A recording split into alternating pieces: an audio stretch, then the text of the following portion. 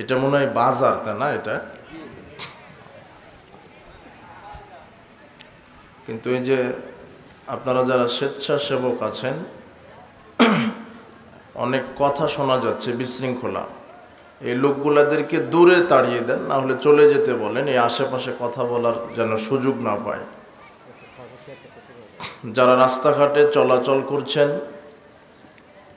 দোকানপাটে আড্ডা পিটছেন, অযথা ঘোরাফেরা করছেন, কথা বলছেন, বিশৃঙ্খলা করছেন, ঘোরাফেরা, কথা বলা, বিশৃঙ্খলা বন্ধ করে আমাদের ইসলামী সম্মেলনকে আপনারা মূল্যায়ন করার চেষ্টা করেন। আল্লাহ সুবহানাহু ওয়া তাআলার নিকটে আমরা দোয়া করি, প্রতিপালক, আজকের ইসলামী প্রোগ্রামটি তুমি আমাদের জন্য কবুল করে নাও। কিয়ামতের দিন এই ইসলামী জালসাটিকে তুমি আমাদের জন্য নাজাতের উসিলা হিসেবে কবুল করে নাও। যত নারী পুরুষ এসেছে আল্লাহ, তুমি তাদেরকে সঠিক ইসলাম বোঝার এবং মানার তৌফিক দান করো।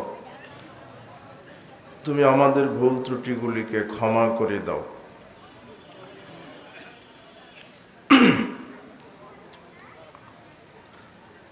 কোনো বিশৃঙ্খলা কোনো কথা বললে পরিবেশটা নষ্ট হবে।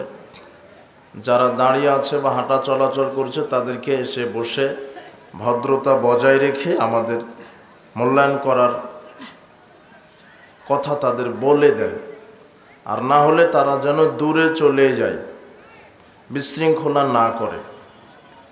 কারণ বাহিরের কথা যখন আমাদের কানে চলে আসবে তখন আমি একটা বিষয় আপনাকে বোঝাতেও পারবো না, আর আপনি ভালোভাবে বুঝতেও পারবেন না। আমি যদি ভালো বলতে না পারি তাহলে আপনি ভালো বুঝতে পারবেন না। এখনো কথা হচ্ছে, ছোট ছোট বাচ্চা, মানে আমার কথা ছাড়া দ্বিতীয় কারো কথাই চলবে না এখন। এই লোকগুলি বিশৃঙ্খলা, এই যে দোকানপাট, এদেরকে এখন দোকানপাট বন্ধ করতে বলেন, না হলে বিশৃঙ্খলা যেন না হয়। যে বাচ্চাগুলি আছে বা যে লোকজন বিশৃঙ্খলা করছে এদেরকে একদম নীরবতা পালন করতে বলেন।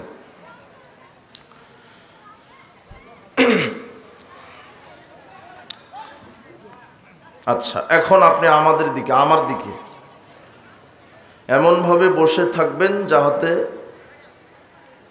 একটা পাখি যদি আসে তো মনে করবে যেন সব পাথর, জড়বস্তু, এভাবে যেন বুঝে পাখি। এভাবে আমার দিকে নজর আর আমার কথার দিকে কান।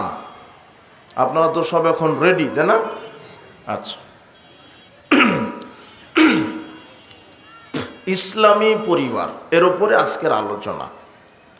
আর আজকের আলোচনা শোনার পরে আপনি নিজে নিজে আজকে রাতে ঘুমানোর পূর্বে চিন্তা করবেন যে আমার পরিবার আসলেই মুসলিম না হিন্দু না ইহুদি খ্রিস্টান। এতদিন যে আমি পরিবারের পরিচালক ছিলাম, পুরুষ বা আপনি স্বামী হন বা পুরুষের দায়িত্বে থাকেন বা ছেলের দায়িত্বে থাকেন বা চাচা, খালা, খালু, মামু, যার দায়িত্বে থাকেন, তা আপনার পরিবারটা কি ইসলামী পরিবার নাকি হিন্দু ইহুদি খ্রিস্টানের পরিবার ছিল, বা জাহেলিয়াত বেহায়াপনা কায়েম ছিল, অনইসলামিক নীতি আদর্শ কায়েম ছিল, আজকে আপনি বুঝতে পারবেন। আর যদি আমার বক্তব্যের সাথে মিল খায় তাহলে বুঝতে পারবেন যে না, আমার পরিবার আদর্শ পরিবার ছিল, ইসলামী পরিবার ছিল। তাহলে বক্তব্যের বিষয় কি? ইসলামী পরিবার। সবাই তো রেডি, তাই না, বক্তব্য শোনার জন্যে এবং বোঝার জন্যে? আচ্ছা, আমি কি কোনো গরু ছাগল বা পশু প্রাণীকে এতক্ষণ বললাম, না মানুষকেই বলেছি? মানুষকে যদি বলতাম যে ভাই আপনি একটু ডানে যান, ও বুঝতে পারতো, ডানে যেত। তো আমি দেখলাম যে পশু প্রাণীকে বলেছি, মানে এগুলো মানুষই নয় তো এগুলো। দেখি আশ্চর্য কথা, এইভাবে পরিবেশ করেছেন কেন? ইসলামী পরিবার, ইসলামী পরিবার। কি পরিবার? ইসলামী পরিবার। তাহলে পরিবার কি দিয়ে গঠিত হয়? গরু, ছাগল আর হাঁস মুরগি দিয়ে, তাই না? কি দিয়ে পরিবার গঠিত হয়? মানুষ দিয়ে না। গরু ছাগল হাঁস মুরগি দিয়ে কি পরিবার হয়? ওদের কি পরিবার পরিকল্পনা আছে? ওদের কি স্বামী স্ত্রী পিতামাতা ভাই খালু মামা পরিচয় আছে না আপনার আছে? গরু ছাগলের কি পিতামাতা আছে নাকি? ওদের বংশ আছে কিন্তু বংশীয় ধারা নেই।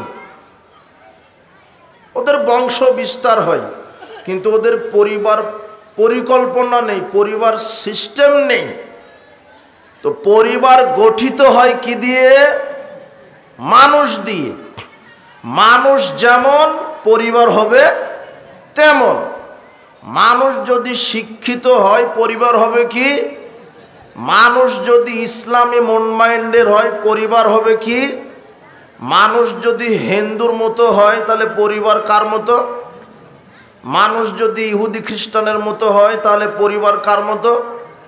তাহলে পরিবার গঠিত হচ্ছে গরু ছাগল দিয়ে নয়, মানুষ দিয়ে। একটা পুরুষ একটা নারী, দুইজনকে বিবাহ দিলে এখন হয়ে গেল একটা পরিবার। কি পরিবার? এরপরে বিবাহের পরে এদের বাচ্চা কাচ্চা হয়, পরিবার ছোট থেকে কি হয়ে যায়? বড় হয়।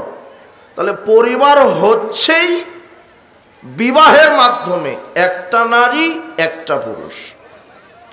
একটা নারী একটা পুরুষের বিবাহের মাধ্যমে একটা ছেলে একটা মানুষ, একটা ছেলে একটা মেয়ের বিবাহের মাধ্যমে পরিবার গঠন হচ্ছে। তো আমরা বলছি ইসলামী পরিবার, তার মানে ছেলে আর মেয়েকে কি হতে হবে? ইসলামী হতে হবে। যদি ইসলামী না হয় তাহলে ছেলে মেয়ে তথাকথিত শিক্ষায় যত বড়ই শিক্ষিত হোক সেই পরিবার ইসলামী পরিবার নয়। কেমন করে? একটু এইদিকে লক্ষ্য করেন, খুব খেয়াল। আমি তথাকথিত কোনোভাবে তো বক্তা নই যে আপনাকে একেবারে বক্তব্য দিয়ে একেবারে মাঠ কাঁপিয়ে দিলাম। মনে করবেন যে ক্লাসে বসে আছেন, ক্লাস দার্সে বসে আছেন, মনে থাকবে কি? আমি প্রশ্ন করব, আপনি উত্তর দিবেন। এমনকি আপনি যেখানে বুঝতে পারেননি আমাকে বলবেন মৌলানা সাহেব এটা বুঝতে পারিনি, তখন আমি বলতে বাধ্য। কথা বুঝেছেন কি? আচ্ছা,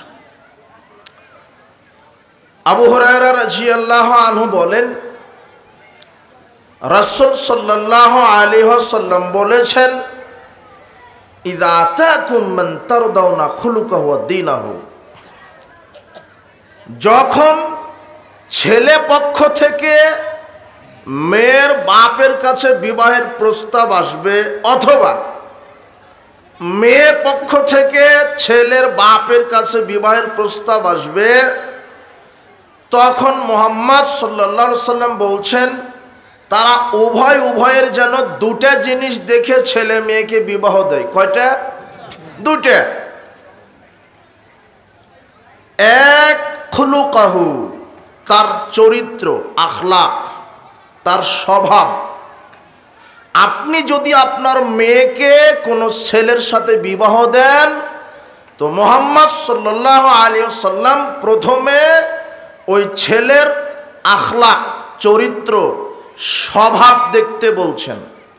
দুই, দীনাহু, তার দিনদারি, তার আমলিয়াত, তার দিনদারি, তার ইসলামিয়াত, তার আমলিয়াত, এই দুইটা দেখবে। আপনি যদি মেয়ের বাপ হন তাহলে যেই ছেলের সাথে মেয়েকে বিবাহ দিচ্ছেন এই ছেলের কয়টা জিনিস দেখবেন? দুইটা। মেয়ের বাপ, একটু লক্ষ্য করেন, এক, আখলাক, স্বভাব, চরিত্র। দুই, দিনদারি, ইসলামিয়াত, আমলিয়াত। সেই ছেলে ইসলাম মানে কিনা, 5 ওয়াক্ত সালাত আদায় করে কিনা, দাড়ি আছে কিনা, প্যান্ট টাকনোর উপরে আছে কিনা, হালাল খায় কিনা, পরহেজগার কিনা, সত্য কথা বলে কিনা, আমানতদারিটা ঠিক আছে কিনা, বিশ্বস্ত কিনা, এগুলি দেখতে বলছেন ইসলাম, শরীয়ত। আপনি যখন আপনার মেয়েকে কোনো ছেলের সাথে বিবাহ দিবেন, দুটা জিনিস ইসলাম দেখতে বলেছে। এক, আখলাক, স্বভাব, চরিত্র। দুই, দিনদারিতা। এবার ছেলের বাপ, এইদিকে দেখেন, ছেলের বাপ যখন কোনো মেয়ের সাথে তার ছেলেকে বিবাহ দিতে চাচ্ছে, তখন ছেলের বাপ তার মেয়েরও দুইটা জিনিস দেখবে। কয়টা? দুইটা। এক, তার আখলাক, তার স্বভাব, তার চরিত্র। দুই, তার দিনদারিতা, তার ইসলামিয়ত, তার আমলিয়ত।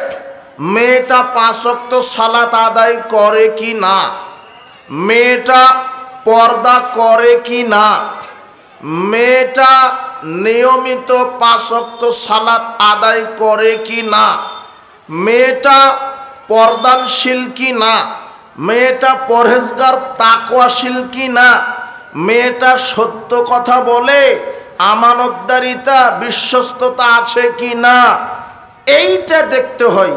ছেলের ক্ষেত্রেও দুটা, মেয়ের ক্ষেত্রেও দুটা।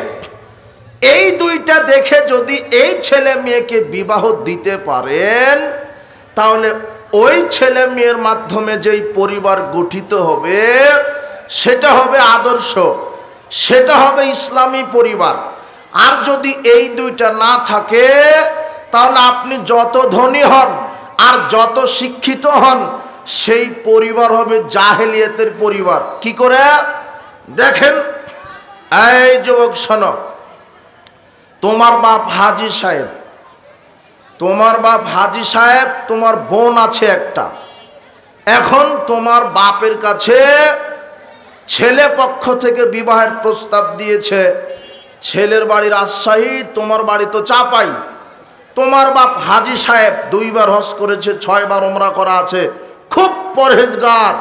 তোমার বোনকে এখন বিবাহ দিবে, তো 2 ছেলের বাড়ি থেকে 2 পক্ষ থেকে বিবাহের প্রস্তাব এসেছে।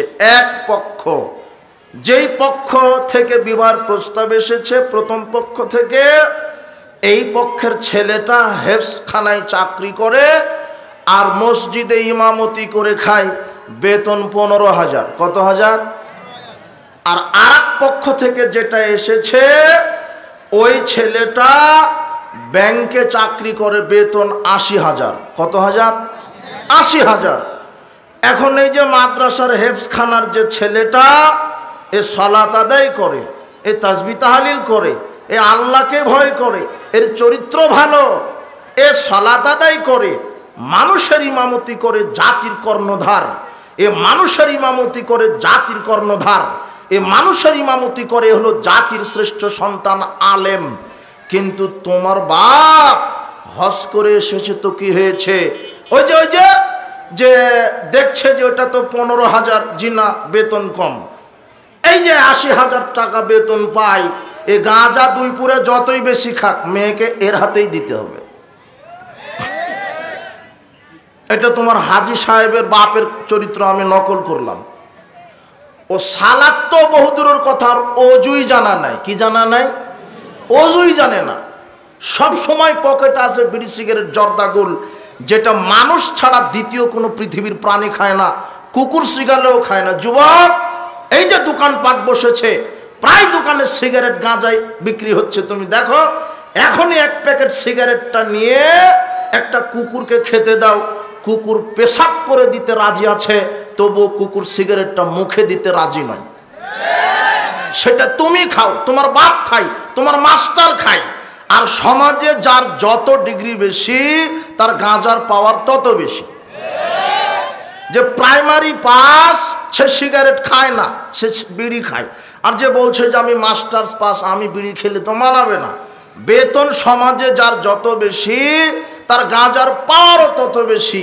ভ্যান চালক সর্বোচ্চ আকিস কোম্পানির বিড়ি খায়, আর তোমার মাস্টার, হেডমাস্টার, হেড মৌলানা ও হেডমাস্টারি করে, প্রিন্সিপাল ও বড় ধরনের চাকরি করে, মোটা অঙ্কের বেতন পায়, মাস গেলেই 50,000। ও বলছে যে আমার বিড়ি খেলে কি মানাবে, আমার খেতে হবে ব্যঞ্জন ছুঁইচ। আর তোমার হুজুরও বলছে যে আমি ভালো কোম্পানির জর্দা খাই। হুজুর ও জর্দা খায় আর বলছে যে মাকরু, মানে ও খায় এই জন্য রেখেছে মাকরু। এক খেয়ালে দেখেন, এক খেয়ালে তোমার বাপ হাজি সাহেব, দেখো তোমার বোনকে মৌলানা সাহেবের সাথে বিবাহ দিল না, বলো তো বেতন কম বেশি হওয়ার কারণে। কথা বুঝনি মনে হয় তুমি।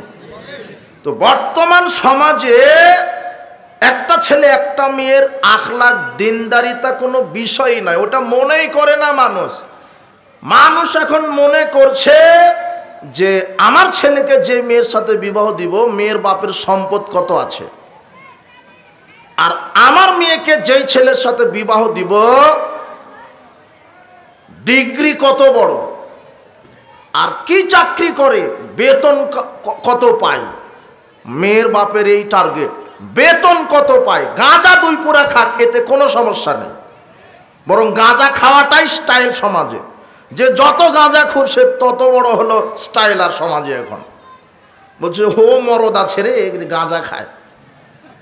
বৈধভাবে 4টা বিবাহ করবেন বলবে লুচ্চা, স্বভাব খারাপ।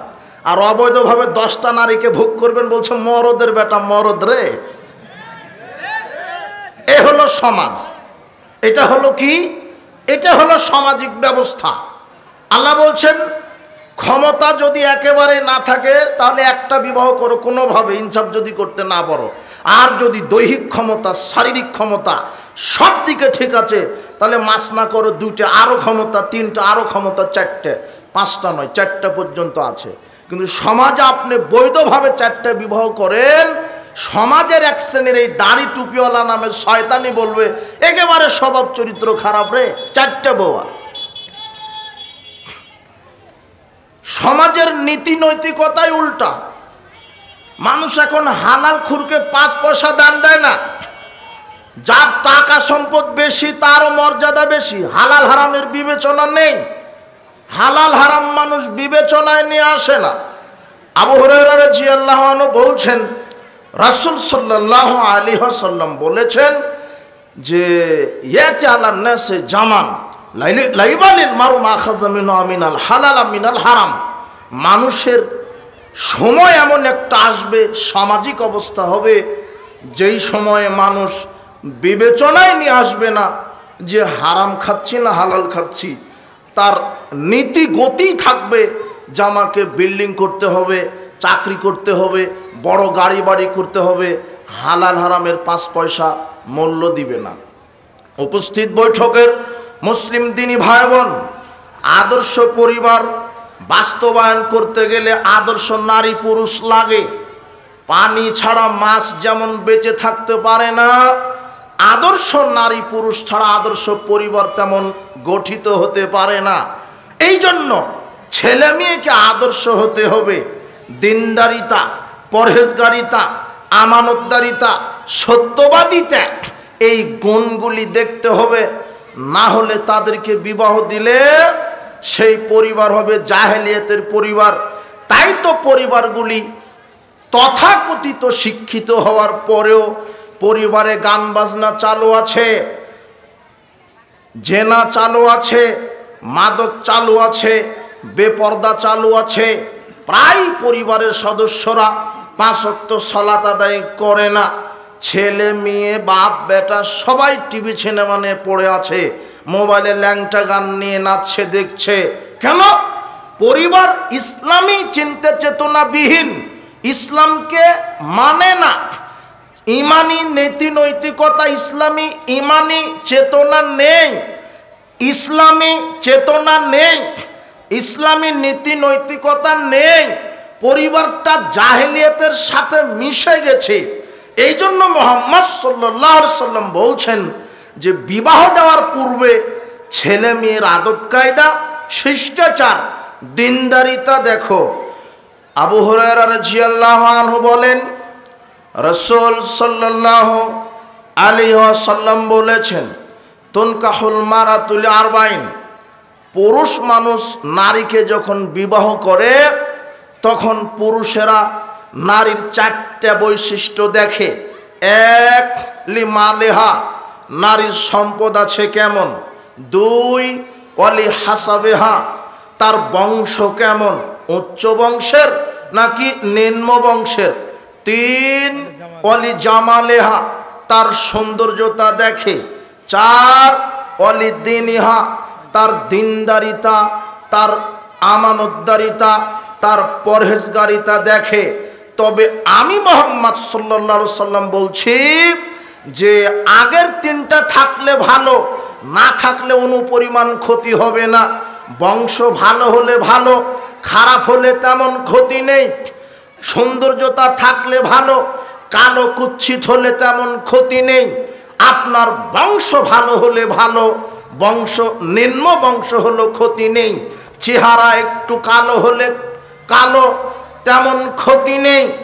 আপনার সম্পদ থাকলে ভালো, কিন্তু সম্পদ যদি একেবারেই না থাকে, ভিক্ষুক হয়, ইয়াতিম হয়, মিসকিন হয়, দরিদ্র হয়, একেবারে ভিক্ষুক, তবুও কোনো ক্ষতি নেই। তবে যদি নারীর দিনদারিতা না থাকে, সেই পুরুষ ঠকে গেল দুনিয়া আখেরাতে। যদি কোনো পুরুষ কোনো নারীকে বিবাহ করে আর ওই নারীর যদি দিনদারিতা না থাকে, যদি আমানতদারিতা না থাকে, যদি পরহেজগারিতা না থাকে, যদি শ্বশুর শাশুড়ির খেদমতের আদর্শ না থাকে, স্বামীর বাধ্যতা, স্বামীর আনুগত্য যদি সে না করে, এমন যদি অশিক্ষিত বর্বর দাজ্জাল মার্কা নারীকে যদি বিবাহ করে, তাহলে ওই পুরুষের দুনিয়ায় জাহান্নাম, পরকালও জাহান্নাম। এই কথা মুহাম্মদ সাল্লাল্লাহু আলাইহি সাল্লাম বলছেন। যুবক, একটু লক্ষ্য করো, একটু লক্ষ্য করো, ইসলামী মন মাইন্ডের একটা নারীর কত দাম। তুমি দেখবে ইসলাম জানে, ইসলাম মানে, শরীয়ত জানে, কোরআন জানে মানে, হাদিস জানে মানে, আল্লাহ, পরকাল, জান্নাত জাহান্নাম জানে, এমন নারী শিক্ষিতা ইসলামী মন মাইন্ডের নারীর মূল্য কত তুমি জানো? হাদিসটা লক্ষ্য করো। আল্লাহর নবী বলছেন, ইন্নাদ দুনিয়া কুল্লাহা মাতাউন, সারা পৃথিবী দামি সম্পদ। আল্লাহর নবী বলছেন সারা পৃথিবী দামি সম্পদ। ইন্নাদ দুনিয়া কুল্লাহা মাতাউন, সারা পৃথিবীতে যা আছে সবই দামি সম্পদ। খৈরুল মারাতিস সলেহা, আর এর মধ্যে সবচেয়ে দামি সম্পদ হলো ভালো নারী, ভালো স্ত্রী, সতী সাধবী নারী। যেই নারী ইসলাম জানে, যেই নারী পর্দায় থাকে, যেই নারী 5 ওয়াক্ত সালাত আদায় করে, যেই নারী স্বামীর আনুগত্য করে, যেই নারী বেপর্দায় রাস্তাঘাটে চলে না, স্বামীর অনুমতি ছাড়া ঘরের দরজা ওভারটেক করে না, স্বামীর অবাধ্যতা করে না, স্বামীর নীতি নৈতিকতা মেনে চলে, এই নারী সারা পৃথিবীতে যা আছে সবটাই সম্পদ। তবে খৈরুল মারাতিস সলেহা, সারা পৃথিবীর মধ্যে সবচেয়ে দামি সম্পদ হলো সৎ চরিত্র। একটা সফর থেকে ফিরে আসছেন, একটা যুদ্ধ থেকে বাড়ির দিকে ফিরে আসছেন, রাস্তাতে কথোপকথন হচ্ছে। এক সময় মুহাম্মদ সাল্লাল্লাহু আলাইহি সাল্লাম জাবেরকে বলছেন, জাবের তাজাওয়াজতা, তুমি কি বিবাহ করেছ? তখন জাবের বলছেন, নাম, হ্যাঁ ইয়া রাসূলুল্লাহ, আমি বিবাহ করেছি। তখন রাসূল সাল্লাল্লাহু আলাইহি সাল্লাম বলছেন যে বিক্রান আম সাইয়্যিবান, আচ্ছা তুমি কি কুমারী মেয়েকে বিবাহ করেছ না বিধবা নারীকে বিবাহ করেছ? তুমি কি কুমারী মেয়েকে বিবাহ করেছ নাকি তালাকপ্রাপ্তা বিধবা নারীকে বিবাহ করেছ? তখন জাবের রাদিয়াল্লাহু আনহু বলছেন, বাল সাইয়্যিবান, বরং আমি বিধবা নারীকে বিবাহ করেছি, তালাকপ্রাপ্তা নারীকে বিবাহ করেছি। মুহাম্মদ সাল্লাল্লাহু আলাইহি সাল্লাম বললেন, আফালা জারিয়াতান তুলাইবুহা তুলাইবুকা, তুমি কেন কুমারী মেয়েকে বিবাহ করলে না? আরে তুমি কেন কুমারী মেয়েকে বিবাহ করলে না? তুমি তার সাথে খেলাধুলা করতে, সে তোমার সাথে খেলাধুলা করত, তুমি তাকে আদর করতে, সোহাগ ভালোবাসা দিতে, সে তোমাকে আদর করত, সোহাগ ভালোবাসা দিত, তুমি কেন কুমারী মেয়েকে বিবাহ করলে না? তখন জাবের রাদিয়াল্লাহু আনহু বলছেন, যুবক বাক্যগুলি লক্ষ্য করো, তোমার মতো যুবক জাবের বিধবা নারীকে বিবাহ করেছে। দেখো, যখন মুহাম্মদ সাল্লাল্লাহু আলাইহি ওয়াসাল্লাম বললেন তুমি কেন কুমারী নারীকে বিবাহ করলে না, তখন জাবের বলছে, আল্লাহর নবী, ইন্না লি আখাওয়াতিন, আমার আব্বা আমার অনেক 6 থেকে 8 জন বোন, অনেক হাদিসে 6 জন 7 জন 8 জন বোন রেখে মারা গেছে। আমার আব্বা উহুদ যুদ্ধে মারা গেছে, আমার আব্বা আব্দুল্লাহ তিনি মারা গেছেন উহুদের যুদ্ধে। তো 8 জন 7 জন বোন রেখে মারা গেছে, আর লক্ষ লক্ষ টাকা ঋণ করে মারা গেছে। তো আমি ঋণ পরিশোধ করতে করতে যুবক মানুষই একেবারে বৃদ্ধ হয়ে গেছি, এত পরিশ্রম করতে হয়। তো যাক, ওটা কথা নয়, আমার আব্বা 6 জন 7 জন 8 জন আমার বোন রেখে মারা গেছে। তো আহবাবতু আন আতাজাওয়াজা ইমরাতুন, তাই আমি এমন একটা নারীকে বিবাহ করতে চাইলাম, আমি এমন একটা মেয়েকে বিবাহ করতে চাইলাম, তাজমাউহুন্না, যাতে করে আমার স্ত্রী আমার বোনদেরকে মিল মহব্বতে রাখে, একত্র করে রাখে, দেখাশোনা করতে পারে। ওয়াতাশতামশুতুহুন্না, যাতে করে আমার স্ত্রী আমার বোনদেরকে ইসলামী আদব কায়দা শিষ্টাচার শিক্ষা দিতে পারে।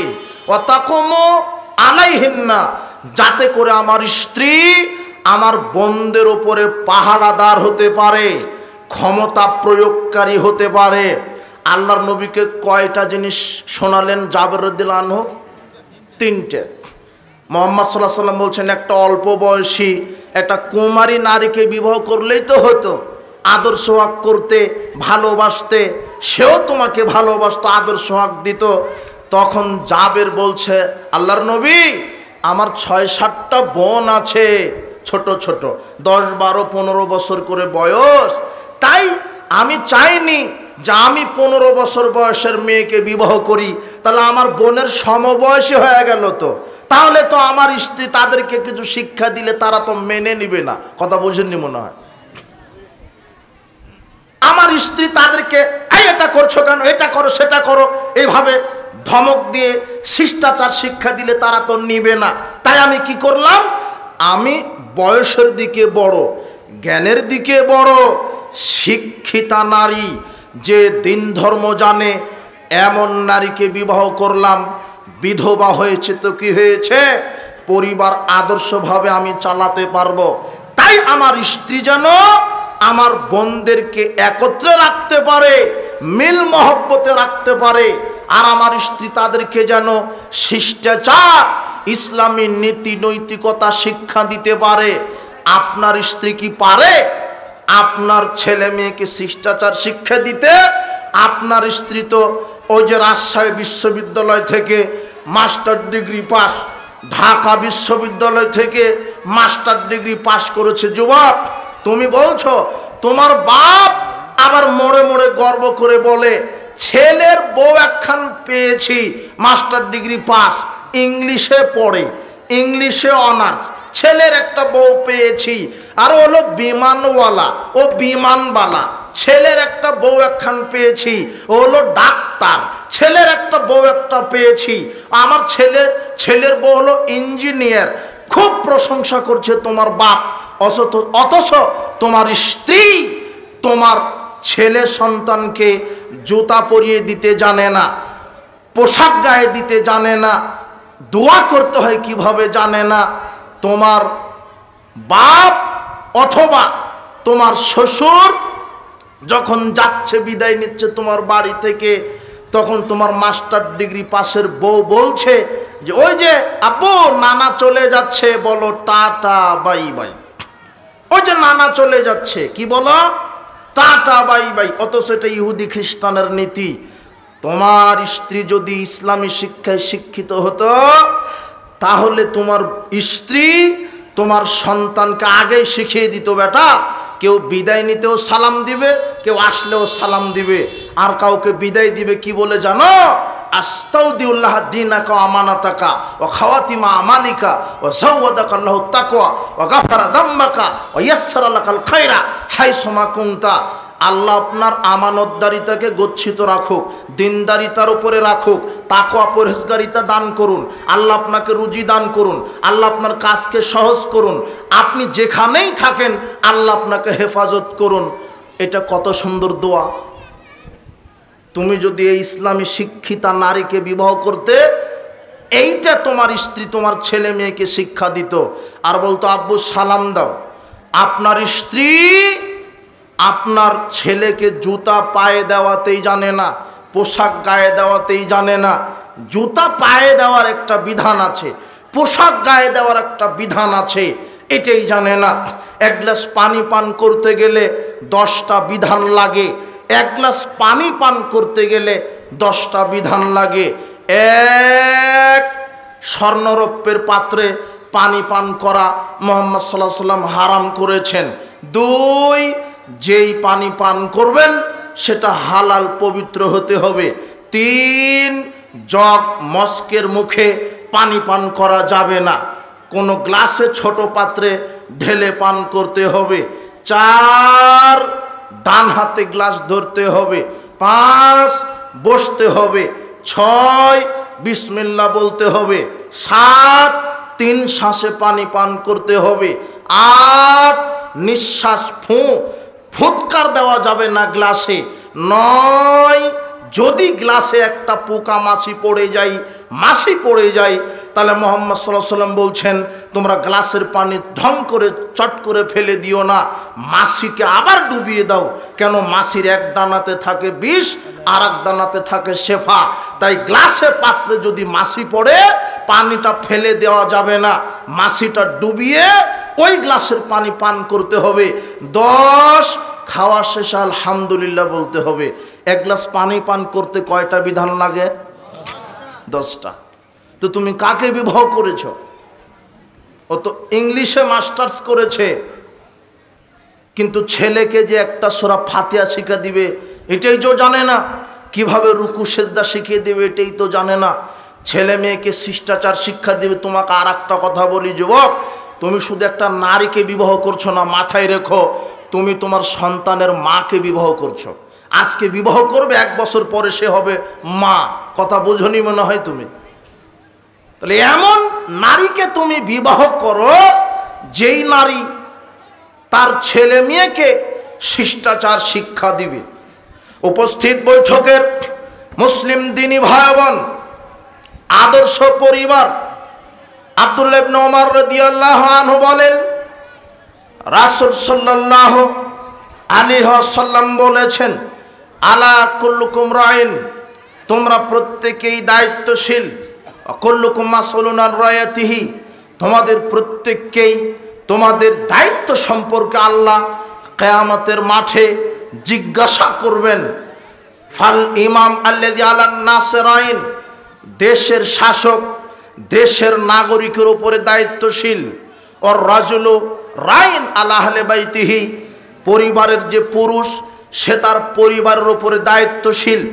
বিচারের মাঠে ইউতাবিল আবদি ইয়াউমাল কিয়ামা, বিচারের মাঠে আল্লাহ মানুষকে এক উপস্থিত করে বলবেন আলাম আজআল্লাকা সামআন ওয়া বাসারান ওয়া ওয়ালাদান, আমি কি তোমাকে পরিবার দিইনি, চক্ষুকর্ণ দিইনি, সম্পদ দিইনি, স্ত্রী ছেলে মেয়ে দিইনি? কিভাবে পরিচালনা করেছো পরিবারকে কিভাবে চালিয়েছো? এই জন্য সাবধান, যারা অভিভাবক আছেন আপনি লক্ষ্য করেন যে আপনার স্ত্রী আপনার ছেলে মেয়ে কিভাবে চলাচল করছে, ঘোরাফেরা করছে। সাবধান। উপস্থিত বৈঠকের মুসলিম দিনী ভাই বোন, প্রত্যেকেই দায়িত্বশীল। খুব লক্ষ্য করুন মনোযোগের সাথে। আল্লাহর নবী বলছেন প্রত্যেকেই দায়িত্বশীল। পরিবারের যে কর্তা পুরুষ সে দায়িত্বশীল। পরিবারের উপর আল্লাহ বিচারের মাঠে জবাবদিহিতা নেবেন। ওয়াল মারআতু রায়াতুন আলা আহলি বাইতিহি ওয়া জাওজিহা ওয়া ওয়ালাদিহি, একজন নারীও দায়িত্বশীল তার পরিবারের ওপরে, তার স্বামীর ওপরে, তার ছেলে মেয়ের ওপরে। একজন নারীকেও আল্লাহ জিজ্ঞাসা করবেন, আপনার স্ত্রীকে আল্লাহ বিচারের মাঠে জিজ্ঞাসা করবেন যে তুমি তোমার পরিবারকে, স্বামীকে, স্ত্রীকে কিভাবে চালিয়েছ। তার মানে স্ত্রী স্বামীকে ইসলামের উপরে চালাবে কিভাবে? আল্লাহর নবী বলছেন, ওই স্ত্রীর ওপরে আল্লাহ রহম করে যেই স্ত্রী, ওই স্ত্রীর ওপরে আল্লাহ রহম করে যেই স্ত্রী তার স্বামীকে সালাতের জন্য জাগিয়ে দেয়। আপনার স্ত্রী কি দেয়? রাত 2টা-3টা পর্যন্ত টিভি সিনেমা দেখে ঘুমিয়েছেন, স্বামী স্ত্রী দুজনেই উঠছেন সকাল 10টায়। কোথায় গেল সালাত? কোথায় ইসলামী পরিবার? ছেলে মেয়ে কি করে? কোনো কি খবর রাখেন? আশ্চর্য কথা, এইভাবে পরিবার চলে না। ওই পরিবার জাহান্নামের টুকরা, ওই পরিবার ইসলামী পরিবার নয়। প্রত্যেকেই দায়িত্বশীল। এই জন্য ইসলামী পরিবার গঠন করতে হবে। আল্লাহ সুবহানাহু ওয়া তাআলা বলছেন, ইয়া আইয়ুহাল্লাযীনা আমানু, হে বিশ্বাসীগণ, কু আনফুসাকুম ওয়া আহলিকুম নারা, হে বিশ্বাসীগণ তোমরা নিজে জাহান্নামের আগুন থেকে বাঁচো আর পরিবারকে জাহান্নামের আগুন থেকে বাঁচানোর চেষ্টা করো। কাকে চেষ্টা করতে হবে? নিজে জাহান্নামের আগুন থেকে বাঁচবেন, সাথে সাথে কাকে আগুন থেকে বাঁচানোর চেষ্টা করতে হবে? পরিবারকে। তো পরিবার আপনার কে কে আছে? আপনার স্ত্রী নাই, আপনার ছেলে, আপনার মেয়ে। তো এদেরকে জাহান্নামের আগুন থেকে বাঁচাবেন। কিভাবে বাঁচাবেন? আপনি পরিবারকে অসুস্থ হলে চিকিৎসা করেন যাতে মারা না যায়। ছেলেকে মোটরসাইকেল কিনে দিয়ে বলেছেন, বেটা দেখে শুনে চালাও, অ্যাক্সিডেন্ট হলে মারা যাবে।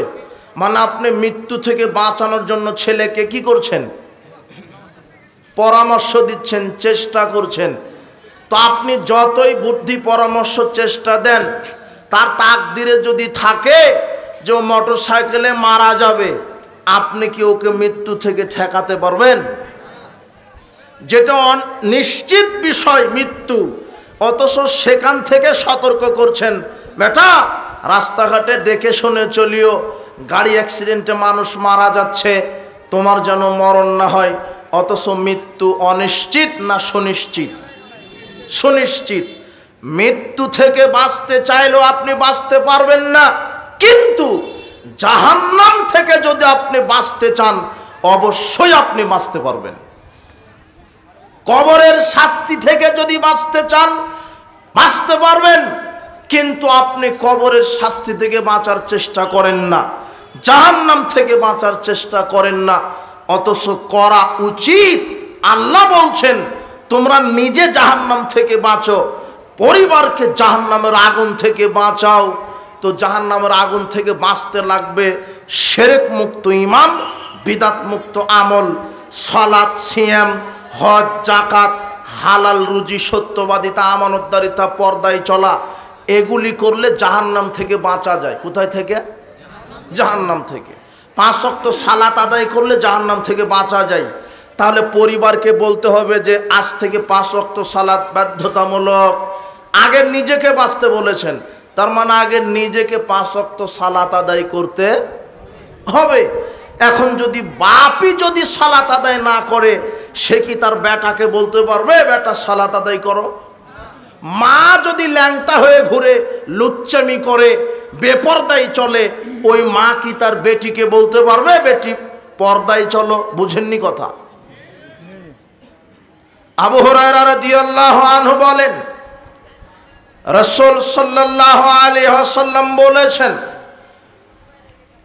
কুল্লু মাউলুদিন ইউলাদু আলাল ফিতরা, প্রত্যেকটা সন্তান পরিবারে ইসলামী আদর্শ, ইসলামী ফিতরাত, ইসলামী দ্বীন নিয়ে জন্মগ্রহণ করে। ফাবাহু হাব্বেদানিহি, পিতামাতা তাকে ইহুদি বানায়, আর নাসরানিহি, পিতামাতা তাকে খ্রিস্টান বানায়, আয়ুমাজ্জিসানিহি, পিতামাতা তাকে মুশরিক অগ্নি পূজক বানায়। এই কথা মুহাম্মদ সাল্লাল্লাহু আলাইহি ওয়াসাল্লাম বলছেন। পিতামাতা যদি বেনামাজি হয়, ছেলে মেয়ে কি হবে? বেনামাজি, স্বাভাবিক কথা। বাপ যদি গাঁজা খায়, হেরোইন খেয়ে বেড়ায়, তো ছেলে কি দুধ কলা খাবে নাকি দুধ কলা বিক্রি করে ইয়াবা খাবে? এই জন্য আগে নিজে বাঁচেন, তারপরে পরিবার। আগে নিজে বাঁচেন, তারপরে পরিবার। এই জন্য আদর্শ পরিবার গঠন করতে গেলে আদর্শ নারী হতে হবে, আদর্শ পুরুষ হতে হবে। আল্লাহ সুবহানাহু ওয়া তাআলা কোরআন মাজিদে দুইজন আদর্শ নারীর বৈশিষ্ট্য আল্লাহ নিজে উল্লেখ করেছেন। একটু খুব মনোযোগ। আল্লাহ বলছেন, ওয়াদারাবাল্লাহু মাসালাল লিল্লাযিনা আমানু ইমরাতু ফিরআউন। আল্লাহ ফেরাউনের স্ত্রী আসিয়ার দৃষ্টান্ত কোরআনে বর্ণনা করে বলছেন, ইয ক্বালাত রাব্বি ইবনি লি ইনদাকা বাইতান ফিল জান্নাহ। আসিয়া যখন তার প্রতিপালকের নিকটে প্রার্থনা করে বললেন, আল্লাহ তোমার পাশে, তোমার নিকটে জান্নাতে আমার জন্য একটা ঘর নির্মাণ করো। ওয়ানাজ্জিনি মিন ফিরআউন আমালিহি, আমাকে ফেরাউন এবং তার খারাপ কর্ম থেকে মুক্তিদান করো। ওয়ানাজ্জিনি মিনাল কওমিজ জালিমিন, আর আমাকে তার অত্যাচারী জালেম থেকে মুক্তিদান করো। এই কথা, এই দোয়া তখন আসিয়া বলছিলেন যখন ফেরাউন আসিয়াকে চার হাত পা বেঁধে উত্তপ্ত বালিকণার উপরে চিৎ করে শুইয়ে রেখে বুকে পাথর চাপা দিয়ে হাতে পায়ে পেরেক ঢুকিয়ে এইভাবে যখন অত্যাচার করছিল, তখন আসিয়া আল্লাহর কাছে এই দোয়া করেছিলেন, আল্লাহ আমাকে এই ফেরাউনের অতিষ্ঠতা থেকে, নির্যাতন থেকে মুক্তি দাও।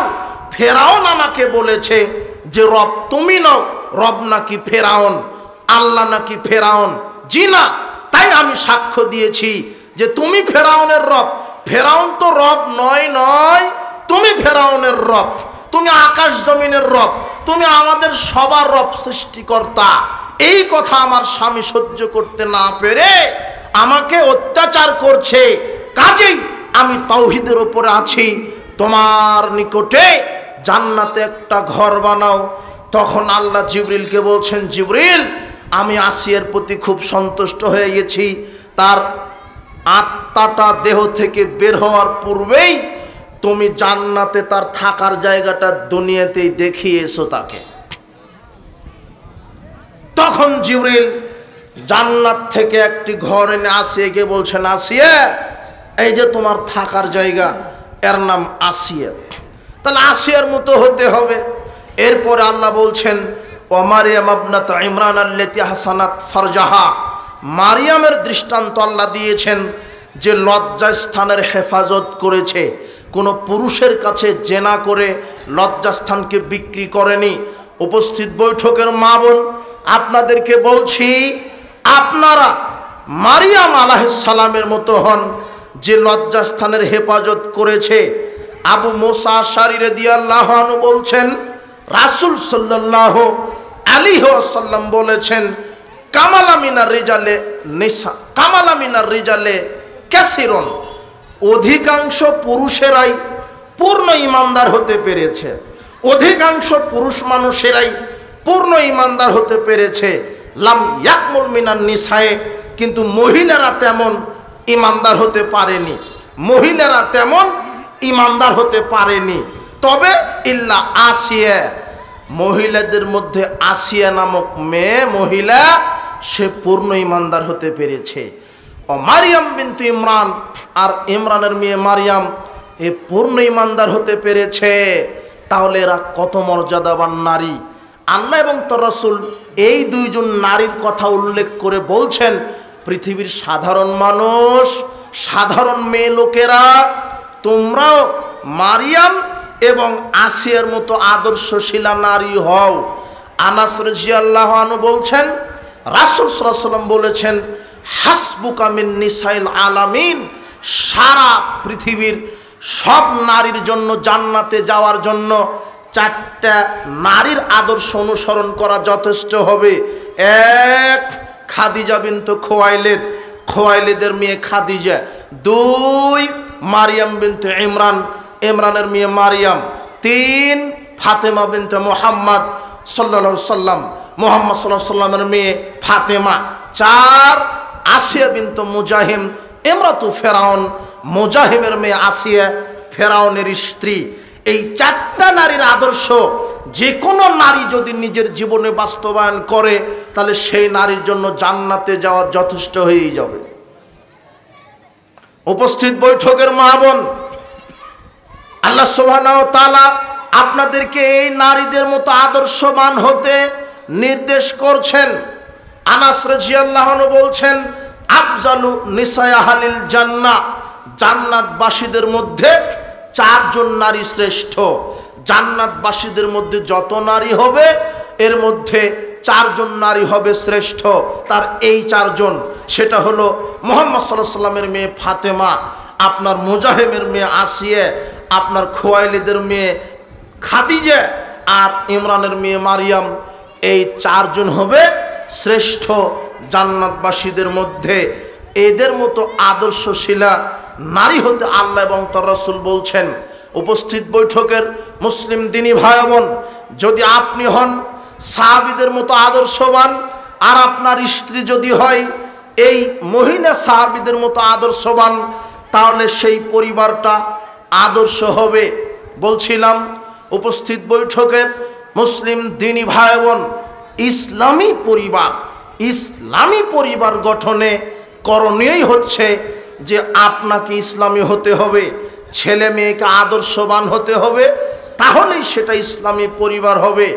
আপনাকে এইবারে জরুরি কিছু কথা, জরুরি কথায় যেটা চলে আসলো যে আদর্শ পরিবার গঠন করতে আপনার আদর্শ মেয়ে লাগবে, ওটা প্রথমে বলেছি। এখানে আর একটা বলে নি এইভাবে যে যুবক, তুমি যেই নারীকে বিবাহ করছো সে হবে মা, মা তার ছেলে মেয়েকে শিষ্টাচার শিক্ষা দিবে।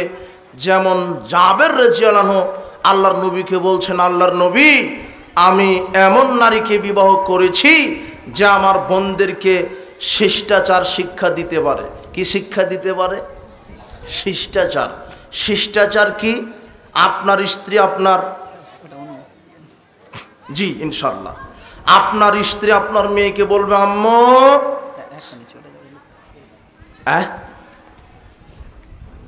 ও চাদর ছেড়ে দিবে, তাই না?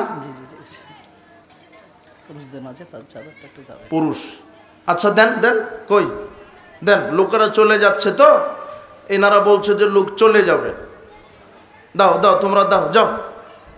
আপনারা কার্পণ্যতা না করে হাত একটু প্রশস্ত করে দিবেন, দানের হাত। এরপর আমরা সংক্ষেপে কিছু আলোচনা টেনে আমরা আজকের আলোচনার ইতি টানার চেষ্টা করব ইনশাআল্লাহ।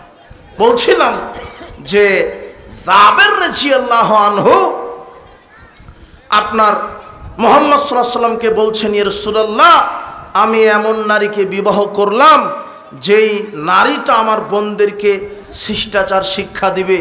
তাহলে তোমার স্ত্রী ওরকম শিক্ষিতা নারী হতে হবে যে তোমার স্ত্রী তোমার ছেলে মেয়েকে শিষ্টাচার শিক্ষা দিবে। কিভাবে? আম্মু, এইভাবে পর্দায় চলো, আম্মু, এইভাবে অজু করো, এইভাবে কোরআন তেলাওয়াত করো, বাড়িতে প্রবেশের সময় সালাম দাও, বাড়ি থেকে বের হওয়ার সময় দোয়া বলো, খাওয়ার সময়তে বিসমিল্লাহ বলো, ডান হাতে বসে খাও, আম্মু ঘুমানোর দোয়া বলো, বড়দেরকে সম্মান করো, ছোটদেরকে স্নেহ করো, আম্মু এইভাবে সালাত আদায় করো। লোকমান হাকিম তার ছেলেকে আদেশ করছেন, নসিহা করছেন, ইয়া বুনাইয়া লা তুশরিক বিল্লাহ, হে আমার আদরের সন্তান, আল্লাহর সাথে শিরক করো না। কি করো না? আল্লাহর সাথে শিরক করো না। এরপরে বলছেন, ইয়া বুনাইয়া ইন্নাহা ইন তাকুম মিসকালা হাববাতিন মিন খারদালিন ফাতাকুম ফি সাখরাতিন আও ফিস সামাওয়াতি আও ফিল আরদি, পাপ নেকি তুচ্ছ অনুপরিমাণ হলেও সেটা যদি আকাশে অথবা পাথরের মধ্যে থাকে অথবা জমিনের মধ্যে থাকে, ইয়াতি বিহাল্লাহ, আল্লাহ সেটা উপস্থিত করবেন। এই জন্য কি করো, পাপ এবং নেকি অনুপরিমাণ হলেও মূল্যায়ন করো। অনুপরিমাণ পাপ করলে আল্লাহ দেখাবেন, অনুপরিমাণ নেকি করলে আল্লাহ দেখাবেন। আপনি কি এইভাবে আপনার ছেলে মেয়েকে শিষ্টাচার শিক্ষা দিয়েছেন? এরপরে লুকমান হাকিম তার ছেলেকে বলছে, আব্বু আকিমিস সালাহ, সালাত কায়েম করো। আপনি কি আপনার ছেলে মেয়েকে বলেছেন আব্বু সালাত আদায় করো? মুহাম্মদ সাল্লাল্লাহু আলাইহি ওয়াসাল্লাম বলছেন, মুরু আওলাদাকুম বিস সালাত ওয়া হুম আবনাউ সাব'i সিনিনা। আপনার ছেলেকে সালাতের নির্দেশ দিবেন যখন তার বয়স 7 বছর। 7 বছর যখন বয়স তখন নির্দেশ দিবেন, সালাত শিখিয়ে দিবেন। আব্বু এইভাবে ওযু করতে হয়, এইভাবে সালাতে দাঁড়াতে হয়, এইভাবে রুকু, এইভাবে সেজদা, এইভাবে সূরা ফাতিহা, এইভাবে আসর জোহর মাগরিব এইভাবে এই সময়ে পড়তে হয়। এইভাবে 7 থেকে 10 বছর পর্যন্ত 3 বছর ছেলে মেয়েকে সালাতের নির্দেশ দিতে হবে। কত বছর? 3 বছর। আপনার পরিবারে যে ছেলে মেয়ে আছে, আপনি কি আপনার পরিবারের ছেলে মেয়েকে সালাতের জন্য নির্দেশ দিয়েছেন? আল্লাহর নবী বলছেন, ওয়াদরিবুহুম আলাইহা ওয়া হুম আবনাউ 10 সিনিন। আপনি আপনার ছেলে মেয়েদেরকে পিটিয়ে প্রহার করে সালাত আদায় করান যখন তার বয়স 10 বছর। তো আপনার মেয়ের বয়স তো 10 বছর পার হয়েছে, আপনার ছেলের বয়স তো 10 বছর পার হয়েছে। আপনার ছেলে মেয়ে কি সালাত আদায় করে? যদি না করে, যোগ্য বাপ কাপুরুষ বাপ। কেন? এই কথা আমি বলিনি, এই কথা মুহাম্মদ সাল্লাল্লাহু আলাইহি ওয়াসাল্লাম বলেছেন। আব্দুল্লাহ ইবনে মাসউদ রাদিয়াল্লাহু আনহু বলছেন যে রাসূল সাল্লাল্লাহু আলাইহি ওয়াসাল্লাম বললেন, ইয়া মাশারাশ শাবাব মান ইসতাতা মিনকুমুল বাত।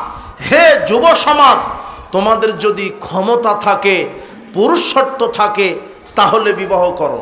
কি থাকলে বিবাহ করতে হবে? ক্ষমতা। মানে বিবাহ করলে স্ত্রী আসবে, ছেলে মেয়ে আসবে, তাদেরকে ইসলামের ওপরে চালানোর ক্ষমতা থাকতে হবে, তাহলে বিবাহ করতে হবে। আপনার স্ত্রী বেপরদায় চলে, আপনার স্ত্রী গীবাত পরনিন্দা করে বেড়ায়, আপনি থাকা অবস্থায় আপনার স্ত্রী একাকী চলে যায় ঈদের মার্কেট করতে বাজারে, আপনার মেয়ে সেই বাড়ি থেকে বের হয়েছে দুপুর 12টায়, ঘরে ফিরছে রাত 12টায়, আপনি তো খবর নিলেন না। অথচ আপনি বাপ মানে দায়িত্বশীল। আপনার ছেলে মেয়ে কি করছে? উপস্থিত বৈঠকের মুসলিম দিনী ভাই বোন, সতর্কতার সহিত একটা কথা আপনাকে বলছি, যারা অভিভাবক আছেন দেখেন তো আপনার ছেলে মেয়ে 24 ঘন্টা কি করে। আর এই যুবক, তোমাকে বলছি, তুমি কার সাথে বন্ধুত্ব করছো? কে তোমার বন্ধু? এই মেয়ে, তোমাকে বলছি, তোমার বান্ধবী কে? এখানে জরুরি বিষয় আর একটা বলছি, যে একটা ছেলে বন্ধু কোনো মেয়ে বন্ধুর সাথে সম্পর্ক রাখতে পারে না। ছেলের বন্ধু ছেলে, ছেলের বন্ধু কে? ছেলে। মেয়ের বান্ধবী মেয়ে, মেয়ের বান্ধবী হবে কে? মেয়ে। ছেলের কোনো বান্ধবী থাকবে না, মেয়ের কোনো বন্ধু থাকবে না। অথচ আপনার মেয়েটা কোচিং করতে গিয়ে দেখছেন আর একটা যুবকের সাথে 24 ঘন্টা গল্প করছে। 24 ঘন্টা ও চলে গেছে শিক্ষা সফরে, চলে গেছে আপনার মেয়েটা। কোথায় দিয়ে পাঠিয়েছেন? আপনার মেয়ে কোথায় গেছে? শিক্ষা সফরে গেছে। সেই জাফলং শিক্ষা সফরে গেছে কার সাথে? বলছে, আব্বু কোনো টেনশন করবেন না, আমার সাথে আমার বয়ফ্রেন্ড আছে, বয়ফ্রেন্ডের সাথে শিক্ষা সফর। তা আপনি তাহাজ্জুদে দাঁড়িয়ে বলছেন, আল্লাহ মেয়েটাকে আমার সহি সালামতে ফিরিয়ে দিও। এমন সহি সালামতে ফিরে এলো যে বিয়ে দেওয়ার 1 সপ্তাহ পরে খবর শুনছেন যে মেয়েটা 4 মাসের গর্ভবতী আছে। আপনি আবার হাসছেন কেন? আশ্চর্য কথা। নারীকে মেয়েকে ল্যাংটা করে ছেড়ে দিয়েছেন কেন? আপনি হলো পাহারাদার, আপনি হলেন অভিভাবক। মেয়ে শিক্ষা সফরে যাবে না, যাবে তার বাপকে নিয়ে, তার ভাইকে নিয়ে, তার সন্তানকে নিয়ে। মাহারাম ছাড়া মেয়ে একদিন এক রাতের জন্য কোথাও যেতে পারে না। আপনার পরিবারকে ঠিক করেন। আব্দুল্লাহ ইবনে ওমর রাদিয়াল্লাহু আনহু বলছেন, রাসূল সাল্লাল্লাহু আলাইহি ওয়াসাল্লাম বলেছেন, সালাসাতুন কাদ হারামাল্লাহু আলাইহিমুল জান্নাহ, তিন শ্রেণীর মানুষের উপর আল্লাহ জান্নাত হারাম করেছেন। তার এক নম্বরে আছে মুদমিনুল খামর, যারা প্রতিনিয়ত মাদক সেবন করে, নেশাদার দ্রব্য। আপনার এই যে গুল, জর্দা, বিড়ি, সিগারেট, ইয়াবা, হিরোইন, ফেনসিডিল যারা খায়, এরা হলো জান্নাতে যাবে না। বিড়ি, সিগারেট, জর্দা, গুল, ইয়াবা নেশাদার বস্তু।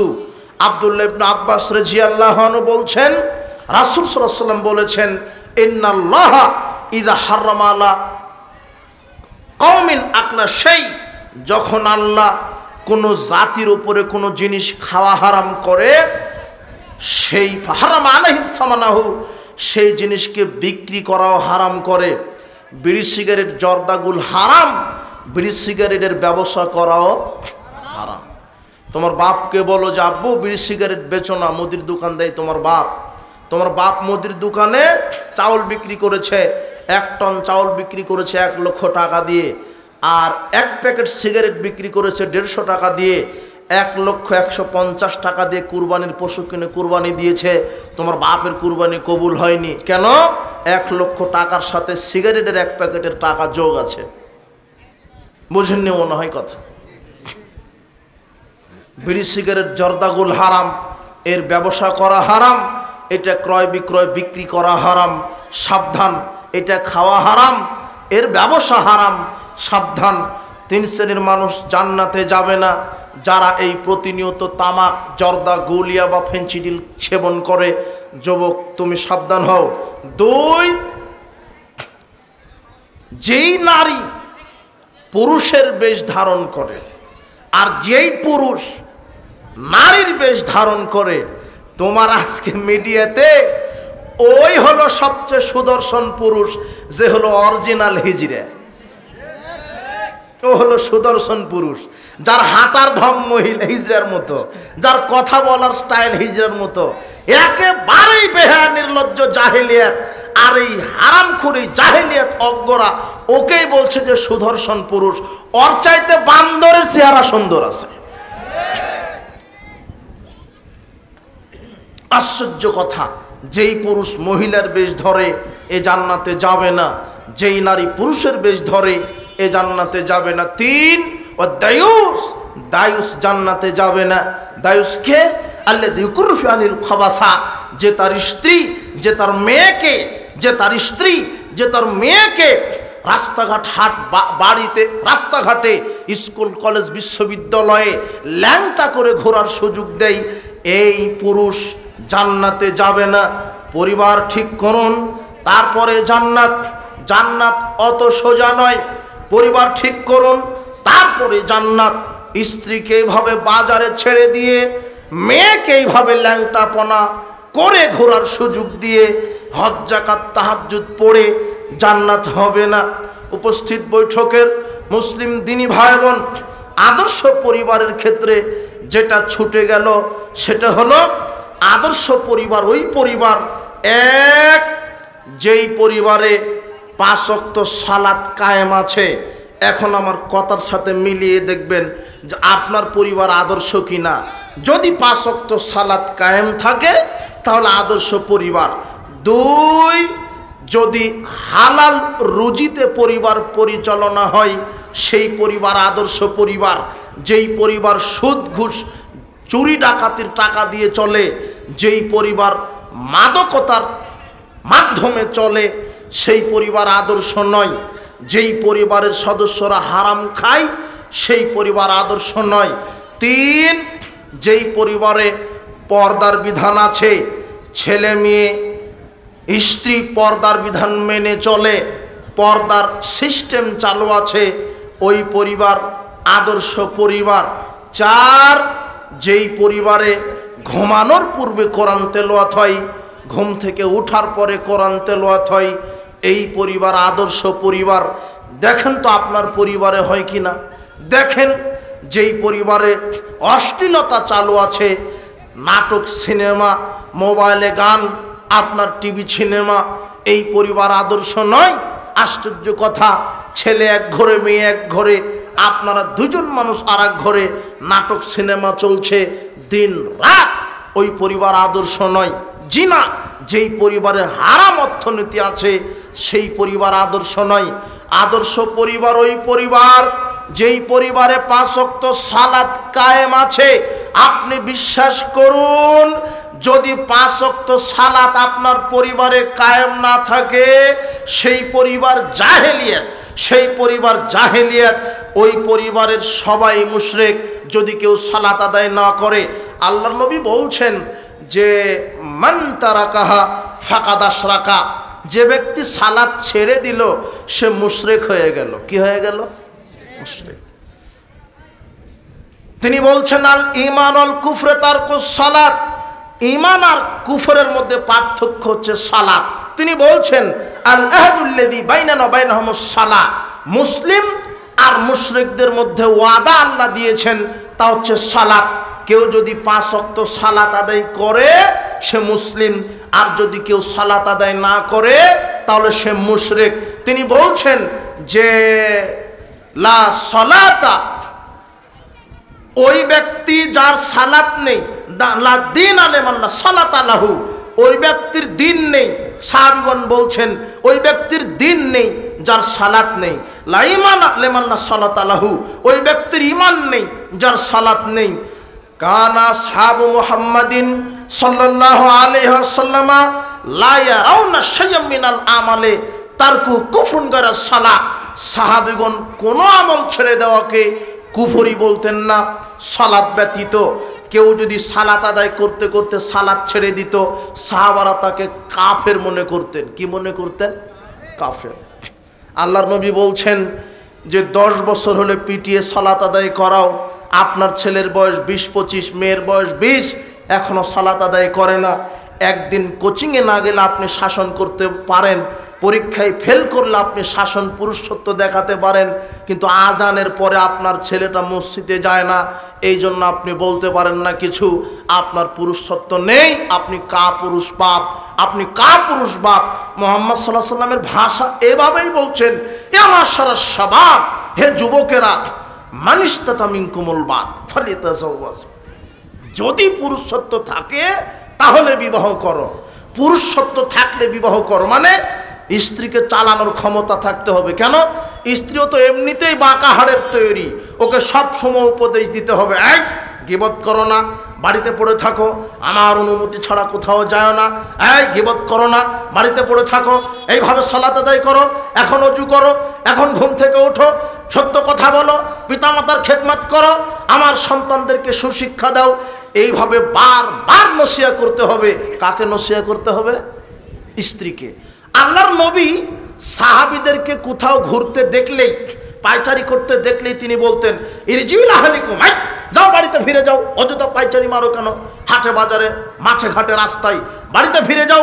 ফাকিমু ফিহিম, স্ত্রী ছেলে মেয়েকে সময় দাও, অমরুহুম, স্ত্রীকে নির্দেশ দাও, ওয়াল্লিমুহুম, তাদেরকে দ্বীনদারিতা শিখাও, এলেম শিখাও, কোরআন সুন্নাহ শিখাও। আজকে আমাদের ছেলে মেয়েরা ইসলামের মৌলিক শিক্ষা ব্যবস্থা থেকে অনেক দূরে।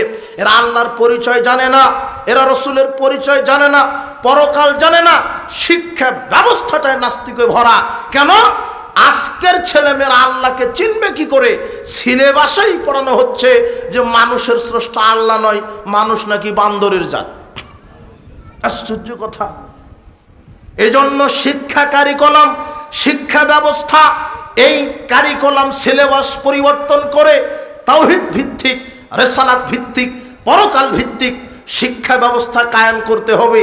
যেই সিলেবাসে কোরআন সুন্নাহ থাকবে, যেই সিলেবাসে পরকাল, জান্নাত জাহান্নামের শিক্ষা থাকবে, নবীদের প্রতি ঈমান, আল্লাহর প্রতি ঈমান, ফেরেশতাকুলের প্রতি ঈমান থাকবে, আল্লাহ সম্পর্কে জ্ঞান। আল্লাহ বলছেন ফালাম আন্নাহু লা ইলাহা ইল্লাল্লাহ, আগে জানো আল্লাহ ছাড়া কোনো মাবুদ নেই, প্রকৃত কোনো উপাস্য নেই, আল্লাহ সম্পর্কে জ্ঞান। আমরা যে বলি আল্লাহু আকবার, আল্লাহ সবচেয়ে বড়, তো কত বড়? আল্লাহ কত বড় জানেন? 7 জমিন 7 আকাশ যত বড়, তার চাইতে আল্লাহর পা রাখার জায়গা আরশ, কুরসি তত বড়।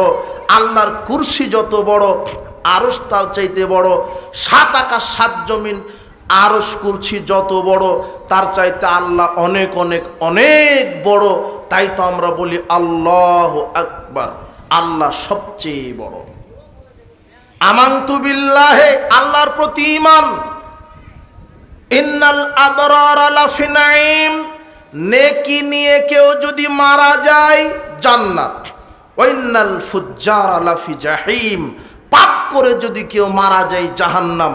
আল্লাহ যেমন নেকি করলে শান্তি দিতে পারে, পাপ করলে তেমনি শাস্তি দিতে পারে। কে পারে? আল্লাহ। ইন্না আলাইকুম লাহাফিজিন, আল্লাহ বলছেন শোনো, প্রত্যেকটা মানুষের সাথে দারোগা রয়েছে। কি রয়েছে? প্রত্যেকটা মানুষের সাথে পাহারাদার রয়েছে। তারা হচ্ছে কিরামান কাতিবিন, সম্মানিত লেখকগণ। ইয়ালামুনা মা তাফআলুন, মানুষ যা করে সব ফেরেশতারা জানে। ইজিয়াতালাক্কাল মুতালাক্কিয়ানি আনিল ইয়ামিনি আনিশ শিমালি কাঈদ, ডানে এবং বামে বিশেষ 2 ফেরেশতা আছে যারা পাপ লেখে, নেকি লিখে। মা ইয়ালফিযু মিন কাওলিন ইল্লা লাদাইহি রাকিবুন আতীদ, যারা মানুষ যা করছে রাতে দিনে গোপনে প্রকাশ্যে, নেকি হোক আর পাপ হোক, কারা লেখার জন্য নিয়োজিত আছে? এটা আপনার ছেলেকে শিক্ষা দিতে হবে। যদি আপনার ছেলেটা এই ভয় রাখে যে আমি নেকি করছি এবং পাপ করছি, কে দেখছে? তাহলে এটা আল্লাহর জ্ঞান। আর সব লিখছে, কে লিখছে? ফেরেশতা। ফেরেশতা সম্পর্কে জ্ঞান। ফেরেশতা আছে, এক এক কাজে নিয়োজিত এক এক ফেরেশতা। সারা পৃথিবীতে বৃষ্টি নিয়ন্ত্রণের জন্য আছে মিকাইল। কে আছে? মিকাইল। ও পানির ব্যবস্থায় আছে। সারা পৃথিবীর যত পাহাড় আছে সব নিয়ন্ত্রণ করছে আল্লাহ। মালাকুল জিবাল, জিবাল পাহাড়ের ফেরেশতা দ্বারা সারা পৃথিবীর সব মানুষকে মেরে ফেলে মালাকুল মউত, মৃত্যুর ফেরেশতা দ্বারা। আপনার এমন ক্ষমতাধর, বহু ক্ষমতাধর ফেরেশতা আছে, এমন এমন ক্ষমতাধর ফেরেশতা আছে যে ওই যে জমিনের নিচে হাত দিয়ে পুরো পৃথিবীটা উল্টিয়ে দিতে পারে। এটা একজন ফেরেশতার ক্ষমতা। তাহলে যেই এই ক্ষমতাধর ফেরেশতাকে আল্লাহ তৈরি করেছেন, আল্লাহর কত ক্ষমতা! আল্লাহর আরশ বহনকারী 8 জন ফেরেশতা আছে। আল্লাহর আরশ বহন করা 8 জন ফেরেশতা আছে। এরা এত বড় আকৃতির, এদের এত বড় চেহারা আকৃতি যে এই 8 জন ফেরেশতার কানের লতি থেকে কাঁধ এতটুকুনের দূরত্ব প্রথম জমিন থেকে প্রথম আকাশ। তাহলে ফেরেশতা, এই ফেরেশতার প্রতি বিশ্বাস রাখতে হবে। মুহাম্মদ সাল্লাল্লাহু আলাইহি ওয়াসাল্লাম বলছেন, আমি জিবরিল আমিনকে 2 বার দেখেছি। তার প্রথমে যে দেখলাম যে ও যে মেরাজে গিয়ে একবার দেখেছি, আর একবার দেখেছি ও হলো প্রথম আকাশ আর প্রথম জমিনের মাঝে বসে আছে। তার পাখাটা 600 ডানা এমনভাবে বিছিয়ে আছে যে আকাশই আর দেখা যায় না।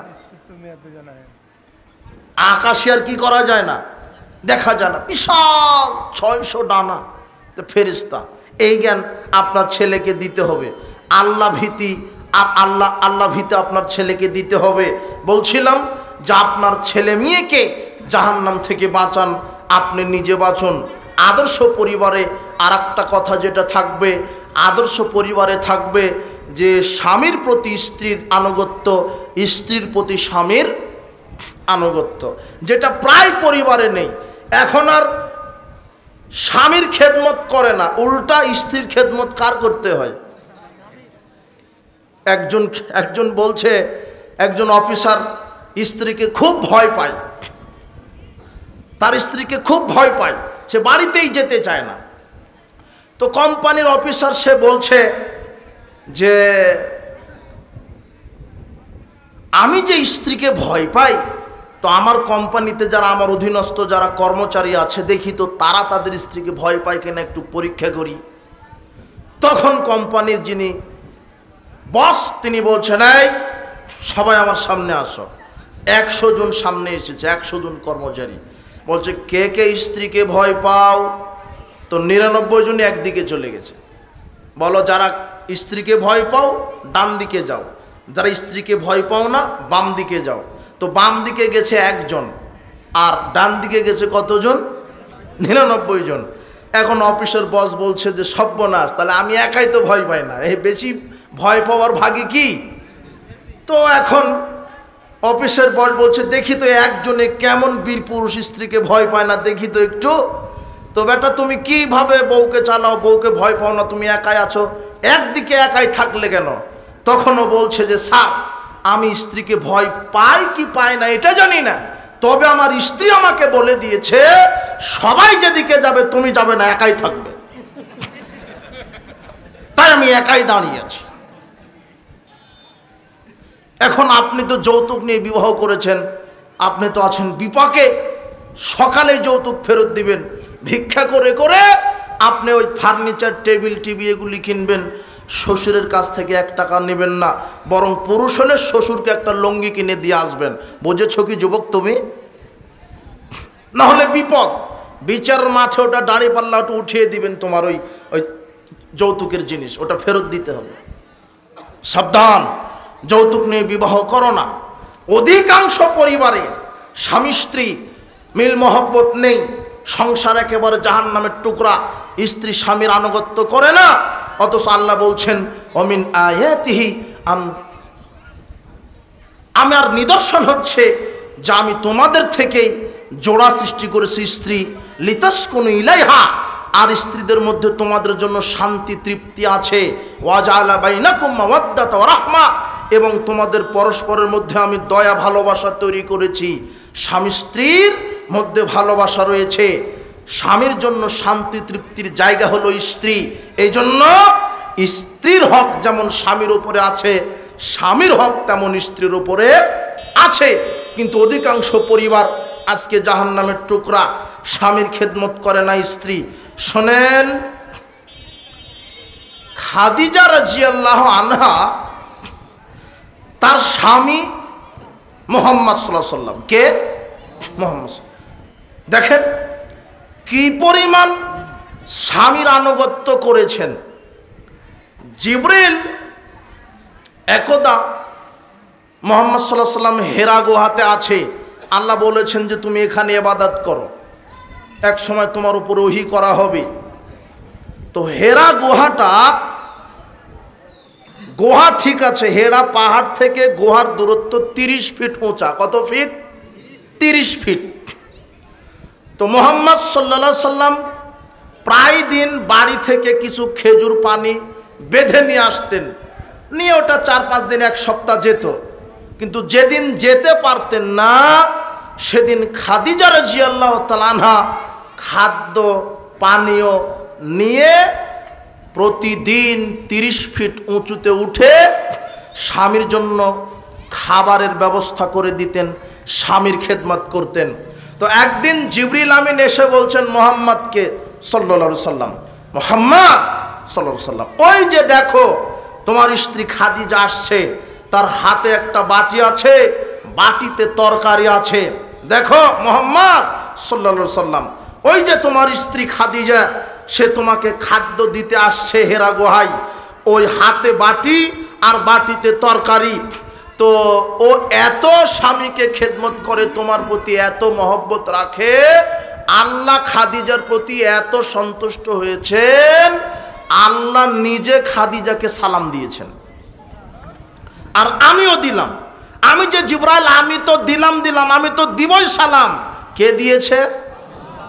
আর খাদিজা রাদিয়াল্লাহু তাআলা আনহার জন্য জান্নাতে একটা দামি ঘর আল্লাহ তৈরি করেছেন। কেন? শুধু সে স্বামীকে মূল্যায়ন করত। কথা বুঝেননি মনে হয়?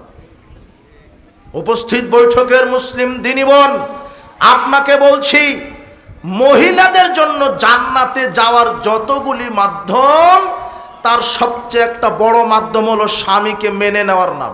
কিসের নাম? স্বামীকে মেনে নেওয়া। কিন্তু আপনার বাড়িতে যেটা আছে, ও যা বুঝে সেটাই বুঝ, আপনার বুঝের 5 পয়সা দাম নাই, ওর বুঝটাই বুঝ। মুহাম্মদ সাল্লাল্লাহু আলাইহি ওয়াসাল্লাম বলছেন কুল্লু জাব্বারিন আনিদিন, প্রত্যেক অহংকারী জেদি যারা তারা বেশি বেশি জাহান্নামী। অনেক পরিবার তালাক হয়ে যাচ্ছে শুধু স্ত্রী আর তার স্ত্রীর মায়ের জেদের কারণে। সাবধান, স্ত্রীকে মেনে নিয়ে জান্নাত। জেদ ভালো নয়, বেশি বোঝা ভালো নয়। স্বামীর সাথে পরামর্শ করে আপনি সংসারের আপনি সিদ্ধান্ত নেবেন। মুহাম্মদ সাল্লাল্লাহু আলাইহি ওয়াসাল্লামের নিকটে এক মহিলা এসেছেন একটা জিজ্ঞাসা করার জন্যে। তখন মুহাম্মদ সাল্লাল্লাহু আলাইহি ওয়াসাল্লাম নারীকে বলছেন, তোমার কি স্বামী বেঁচে আছে? তোমার কি স্বামী আছে? তখন মহিলা বলছে, হ্যাঁ আমার স্বামী আছে। কাইফা আনতি লাহু আযাতু যাওজিন আনতি, তোমার কি স্বামী আছে? ক্বালাত নাম, তিনি বলছেন হ্যাঁ আমার স্বামী আছে। আল্লাহ নবী বলছেন, কাইফা আনতি লাহু, তুমি তোমার স্বামীর জন্য কেমন? তখন সেই নারী বলছেন, মালুহিল্লা মাজাস্তানহু, আমি আমার স্বামীর ভালোই খেদমত করি, কিন্তু স্বামী আমাকে তেমন মূল্যায়ন করে না। তখন মুহাম্মদ সাল্লাল্লাহু আলাইহি ওয়াসাল্লাম বলছেন, ফাংজুরি আইন আনতি মিনহু, তুমি অপেক্ষা করো, ধৈর্য ধরো, দ্রুত সিদ্ধান্ত নিও না, স্বামীর কাছেই থাকো। স্বামী যদি একটু কমতিও পাও স্বামীর কাছ থেকে, তুমি কমতি করো না, স্বামীর কাছেই থাকো। স্বামী ছাগল হোক পাগল হোক, স্বামী সবচেয়ে বদমানুষ হোক, তবুও স্বামীর আনুগত্য করো। ফাইন্নামা হুয়া জান্নাতুকা নারুকে, কেন স্বামী তোমার জান্নাতে যাওয়ার মাধ্যম, স্বামী তোমার জাহান্নামে যাওয়ার মাধ্যম। স্বামীকে মেনে নিয়েই জান্নাত, স্বামীকে মেনে নিতে হবে। মুহাম্মদ সাল্লাল্লাহু আলাইহি ওয়াসাল্লাম বলছেন, সাহাবীগণ বলছেন, একদা রাসূল সাল্লাল্লাহু আলাইহি ওয়াসাল্লাম ওই যে সূর্যগ্রহণের চন্দ্রগ্রহণের সালাতে দাঁড়িয়েছে, 2 রাকাত সালাত। তো সালাত আদায় করতে করতে রাসূল সাল্লাল্লাহু আলাইহি ওয়াসাল্লাম সামনের দিকে একটু দৌড়ে গেলেন, আবার পিছনে চলে আসলেন। তো সালাত শেষ করে সাহাবীগণ জিজ্ঞাসা করছেন, আল্লাহর নবী আপনি যে সালাত অবস্থায় সামনে একটু গেলেন পিছনে আসলেন, ঘটনা কি? তখন মুহাম্মদ সাল্লাল্লাহু আলাইহি ওয়াসাল্লাম বলছেন, দেখো আমি যখন সালাতে দাঁড়ালাম তখন আমার সামনে জান্নাত থেকে 1 থোকা আঙুর এভাবে তুলে ধরা হয়েছে, তাই আমি ওই 1 থোকা আঙুর নিতে গেছি। যদি আমি 1 থোকা আঙুরটা নিয়ে আসতে পারতাম তাহলে তোমরা সবাই কিয়ামত পর্যন্ত খেতে, তবুও 1 থোকা আঙুর শেষ হতো না। আর কি দেখলাম? এটা তো দেখলাম, তবে আমাকে জাহান্নামও দেখানো হলো। আর আই তো আকসারা আহলিয়ান নিসা, আমি দেখলাম যে সেই জাহান্নামে অধিকাংশই মহিলা। তো সাহাবীরা বলছেন, কেন মহিলা? মুহাম্মদ সাল্লাল্লাহু আলাইহি ওয়াসাল্লাম বলছেন, বিকুফরিহিন্না, তাদের কুফরি করার কারণে। ইয়াকফুরনা বিল্লাহে, সাহাবীগণ বলছেন, আল্লাহর নবী মহিলারা কি আল্লাহর সাথে কুফরি করেছে?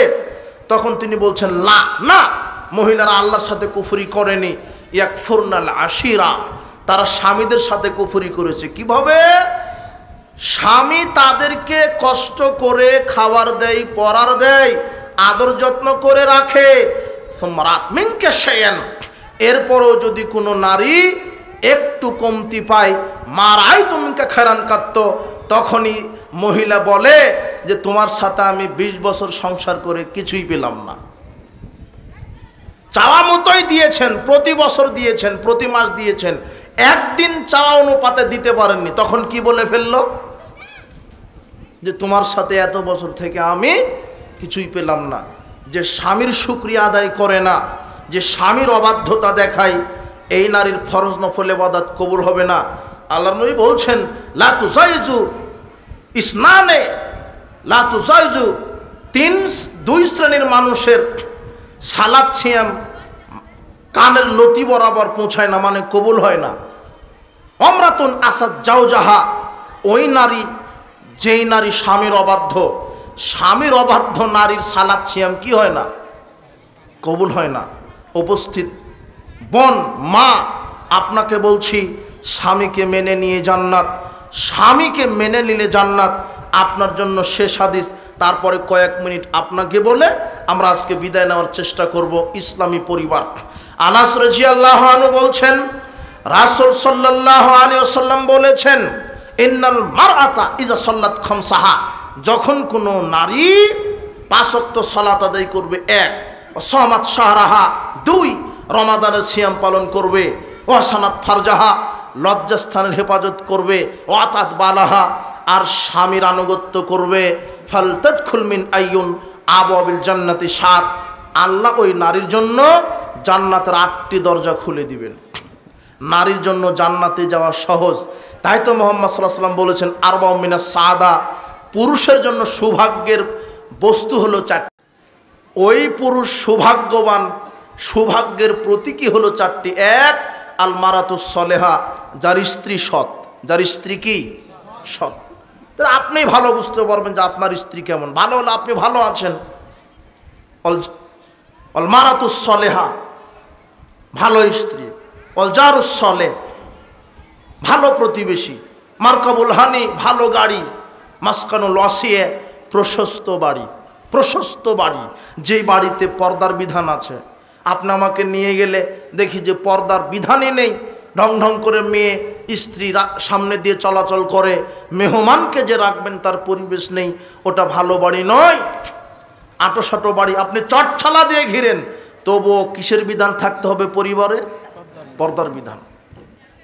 4টি বস্তু যার সুন্দর সে হলো সুখী, সে তার ভাগ্যটা সুন্দর। তার একটা হচ্ছে ভালো স্ত্রী, 2 ভালো প্রতিবেশী, 3 ভালো গাড়ি, 4 প্রশস্ত বাড়ি। আর দুর্ভাগ্যের প্রতীকও 4টি। এই 4টি যদি খারাপ হয় তার কপাল খারাপ, সে দুর্ভাগ্যবান ব্যক্তি। উপস্থিত বৈঠকের মুসলিম দিনী ভাই বোন, সারা পৃথিবীটাই সম্পদ, এর মধ্যে দামি সম্পদ কে বলা হয়েছে? ভালো স্ত্রী। সাবধান, ভালো স্ত্রী। আর একটা হাদিস ইবারত করি একটু। আল্লাহর নবী বলছেন, আলা উখবিরুকুম বিআহলিল জান্নাহ, আমি কি তোমাদেরকে বলবো না যে জান্নাতবাসী কারা? সাহাবীরা বলছেন জি বলেন। তখন তিনি বলছেন আন-নাবিয়্যু ফিল জান্নাহ ওয়া সিদ্দিক ফিল জান্নাহ ওয়া শাহীদু ফিল জান্নাহ। নবীগণ জান্নাতি, সিদ্দিক জান্নাতি, শহীদ জান্নাতি। এভাবে বলতে বলতে বলছেন আর নিসাউকুম মিন আহলিল জান্নাতিল ওয়াদুদুল মাউলুদুল আউদু আলা জাওজিহা, ওই নারীরাও বেশি বেশি জান্নাতি যেই নারী স্বামীকে ভালোবাসা দেয় বেশি বেশি, যেই নারী স্বামীকে মহব্বত করে বেশি বেশি, আর যেই নারী বাচ্চা প্রসব করে বেশি বেশি। কি বললাম? যেই নারী বাচ্চা দেয় বেশি বেশি। মুহাম্মদ সাল্লাল্লাহু আলাইহি ওয়াসাল্লাম বলছেন তাজাওয়াজুল ওয়াদুদাল ওয়ালুদা, তোমরা ওই নারীকে বেশি বেশি বিবাহ করো যেই নারী বাচ্চা দিতে পারে। এখন বিবাহই করেননি, বুঝবেন কি করে কম দিবে না বেশি দিবে? ওই যে মুহাম্মদ সাল্লাল্লাহু আলাইহি ওয়াসাল্লাম বলছেন যে বংশ দেখো, বুঝেননি মনে হয়। তার মা খালা ফুপু যদি 10টা দেয় তাহলে নিশ্চিত ধরে নেবেন এই মেয়েটাও কয়টা দেওয়ার ক্ষমতা রাখে। না, বোঝনি মনে হয় যুবক তুমি। মুহাম্মদ সাল্লাল্লাহু আলাইহি ওয়াসাল্লাম বলছেন তোমরা ওই নারীকে বিবাহ করো যেই নারী বেশি বেশি কি দিতে পারে? বাচ্চা। তো তুমি বুঝবে কি করে যে এই নারী বেশি দিবে না কম দিবে? বলো তো। তার মা, তার খালা, বুঝনি মনে হয়। তার মায়ের যদি 10টা থাকে তাহলে নিশ্চিত ধরে নিবে সেও 10টা দিতে পারবে। এটাই মুহাম্মদ সাল্লাল্লাহু আলাইহি ওয়াসাল্লাম বোঝাচ্ছেন। কিন্তু তুমি যে বিবাহ করার পূর্বেই বলছে তোমার খালা ফুপুরাই তোমাকে পরামর্শ দিচ্ছে বেটা 2টার বেশি নয়, 1টা হলে ভালো হয়, সুখী পরিবার। কথা বোঝেননি? অথচ তোমার খালার যখন ওই যে ছাগল আছে বাড়িতে বাচ্চা দিবে, তোমার খালা এখন তাহাজ্জুদ পড়ে বলছে আল্লাহ ছাগলের যেন 6টা বাচ্চা হয়। ছাগলের 6টা আর ওর কয়টা? মানে ও বোঝাতে চাচ্ছে যে ছাগল চাইতে ওর বাচ্চার দাম কম। অথচ বেশি বেশি বাচ্চা, 5টা বাচ্চা 10টা বাচ্চা, এর মধ্যে একটা যদি দুধ খেতে খেতে মারা যায় তো মুহাম্মদ সাল্লাল্লাহু আলাইহি ওয়াসাল্লাম বলছেন এই দুধের বাচ্চাটা বিচারের মাঠে পিতামাতার কাপড় টেনে নিয়ে জান্নাতে চলে যাবে। তো নিয়েছেনই তো একটা, তাও আবার ল্যাংড়া খোঁড়া কানা, চোখে দেখে না। বলছে যে ওকে ইঞ্জিনিয়ার বানাতে হয় মানে জানোয়ার, ওকে ডাক্তার বানাতে হয় মানে বাটপার। নিয়তি করছে, পেটে আসেনি। বলছে যে ছেলেটাকে হলে একেবারে মেসি বানাবো, মেসি। ছেলে একটা হলে একেবারে ইঞ্জিনিয়ার বানাবো। নিয়তি প্রথমে জানোয়ার বানানো। ইঞ্জিনিয়ার মানে বোঝেন কি? ও ইঞ্জিনিয়ারকে বলেছে সরকার যে রাজশাহী থেকে চাপাই 50 কিলো রাস্তা করতে হবে, 5,000 কোটি টাকা থাকলো, ও 3,000 কোটি টাকায় মেরে দিয়েছে আর 2,000 কোটি টাকার কাজ করেছে, তাই তো রাস্তা 10 বছরের জায়গায় 2 বছর যায়। হলো ইঞ্জিনিয়ার। আপনি ওটা নিয়ত করছেন ইঞ্জিনিয়ার বানাবেন, ও তো জানোয়ার। ডাক্তার বানাবেন মানে ও বাটপার। যে যত বড় ডাক্তার সে তত বড় সিটার বাটপার। তোমার বাপকে নিয়ে গেছো ডাক্তারের কাছে, শুধু বলেছো যে আমার ওই আব্বাটা ঘুমাতে পারে না, একটু দেখেন তো কি সমস্যা। ও 10টা পরীক্ষা দিয়েছে, এক্সপেরিমেন্টই দিয়েছে 10টা, শুধু পরীক্ষাতেই 20,000 টাকা, চিকিৎসা শুরুই করেনি। এরপরে যখন ওই প্রেসক্রিপশান করছে, তুমি তো গরিব মানুষ এমনিতেই খেটে খাওয়া, ও প্রেসক্রিপশানে 2 ব্যাগ ওষুধ লিখেছে, তাও আবার ওষুধটা লিখেছে ভালো কোম্পানির হলে তাও হয়, ভালো ওষুধ লেখেনি, ওই কোম্পানির ওষুধ লিখেছে যেই কোম্পানি তাকে টাকা ঘুষ দিয়েছে। এটা হলো ডাক্তার, এটা হলো বাটপার, ওটা হলো ইঞ্জিনিয়ার। আপনি তো এই নিয়ত করছেন, বলছে যে আমার ছেলেটা 4 বছর বয়স, একেবারে কম্পিউটারের সব ফাংশন জানে। আমার মেয়েটা 5 বছর বয়স, মোবাইলের সব ফাংশন জানে। আমার ছেলেটা ঢাকা বিশ্ববিদ্যালয়ে পিজি হসপিটালে পড়াশোনা করে, চাকরি করে। আমার মেয়েটা রাজশাহী বিশ্ববিদ্যালয়ে পড়ে, কিন্তু এখনো অজু জানে না। কি জানে না?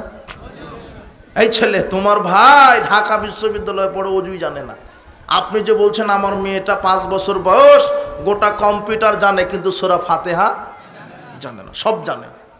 ওকে ভর্তি করে দিয়েছেন তো হাফ কেজিতে, মানে ওই 1 কেজি পেলেতে, নার্সারিতে আসেন এগুলি, কিন্ডার গার্ডেন।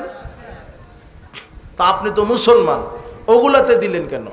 আপনি দিবেন মক্তবে, কথা বোঝেননি মনে হয়। হিন্দু যারা তারা দিবে কিন্ডার গার্ডেনে, বোঝেননি মনে হয় কথা আমার। যারা হিন্দু তারা কোথায় দিবে? কিন্ডার গার্ডেন, যেখানে শুধু ABCD আর ক খ শেখানো হবে। হ্যাঁ, তবে আমি ওই কিন্ডার গার্ডেন, প্লে গ্রুপ, নার্সারির বিরোধিতা করছি না। আসলে তো কিন্ডার গার্ডেন, নার্সারি, প্লে এগুলার দোষ নয়, দোষ হলো সিলেবাস, ক্যারিকুলামের। প্রাইমারির দোষ নয়। প্রাইমারি থাকবে, স্কুল থাকবে, কলেজ থাকবে, কিন্ডার গার্ডেনে থাকবে।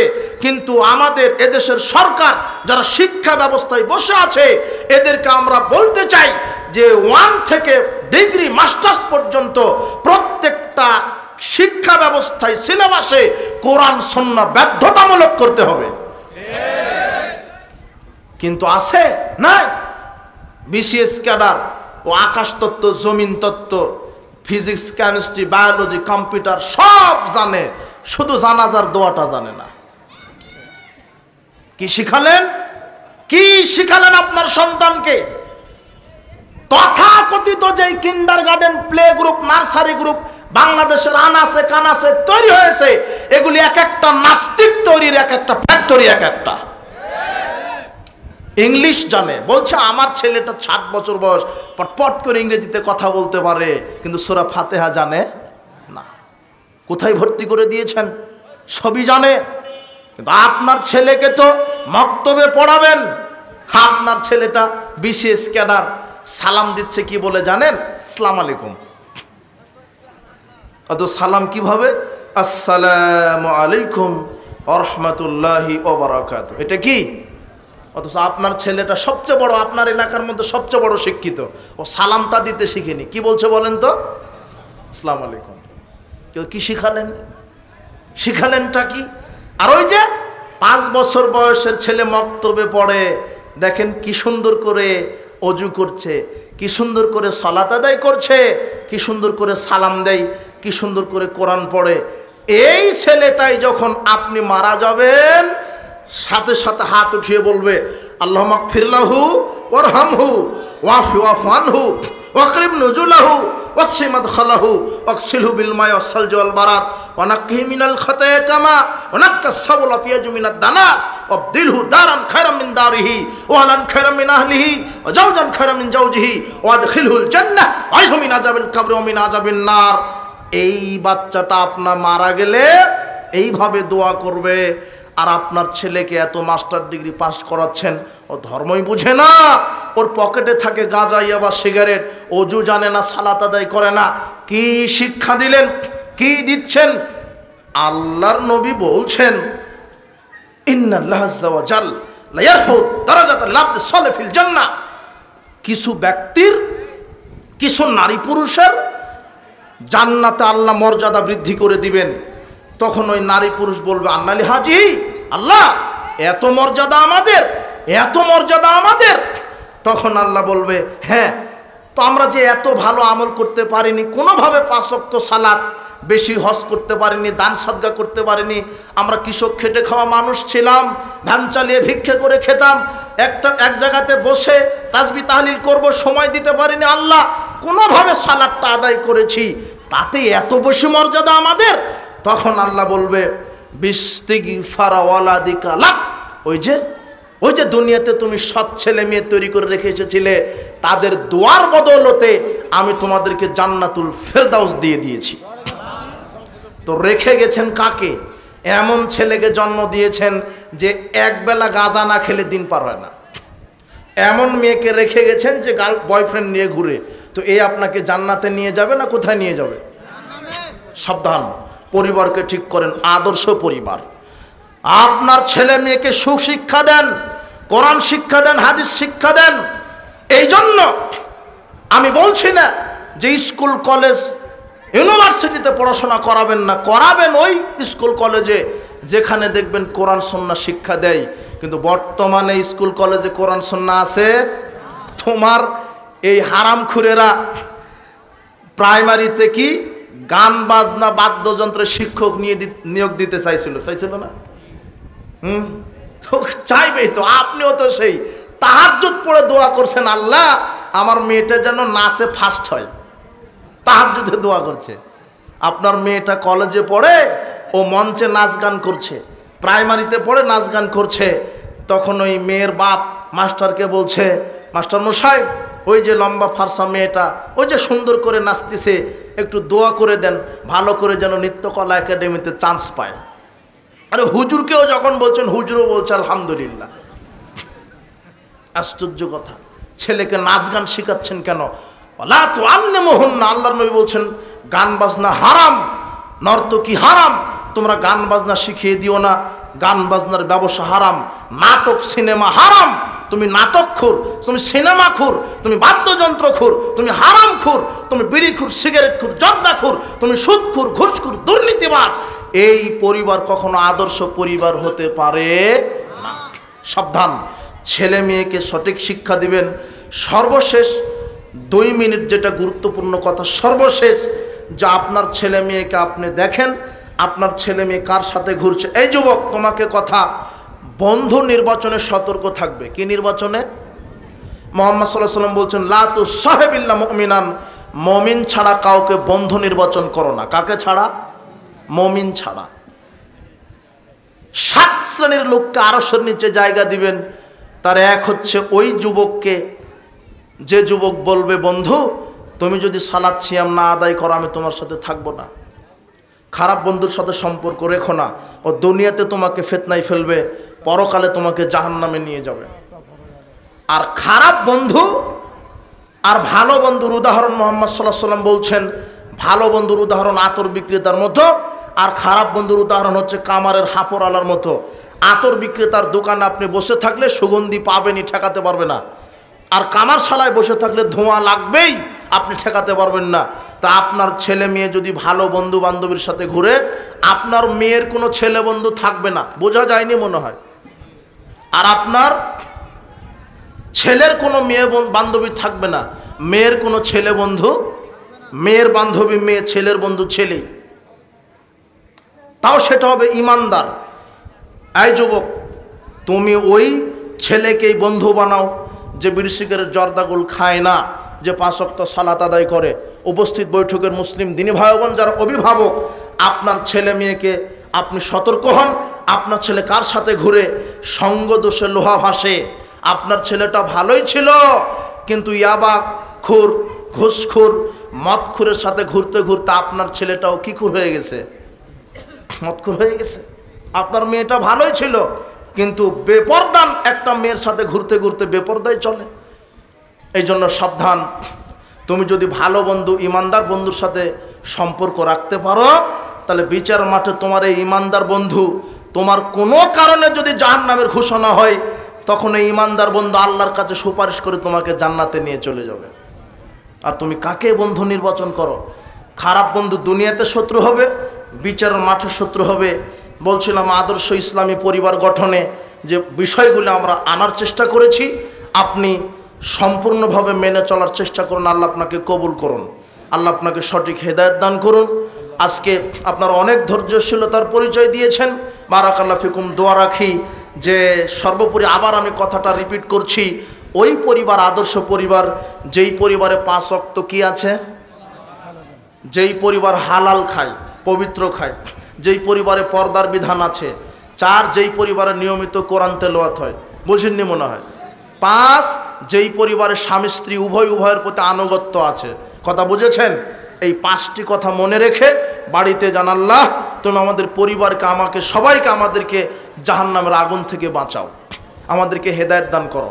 বারাকাল্লাহ ফিকুম, জাযাকুমুল্লাহ খায়ের। যারা এসেছে আল্লাহ তুমি তাদেরকে ক্ষমা করো, যাদের পিতামাতা অসুস্থ তাদেরকে আরোগ্যতা দান করো, আমাদের মধ্যে আমরা যারা অসুস্থ আমাদেরকে আরোগ্যতা দান করো। বিচারের মাঠে আজকের ইসলামী প্রোগ্রামটি আমাদের জন্য নাজাতের উসিলা হিসেবে কবুল করো। সুবহানাকা আল্লাহুম্মা বিহামদিক।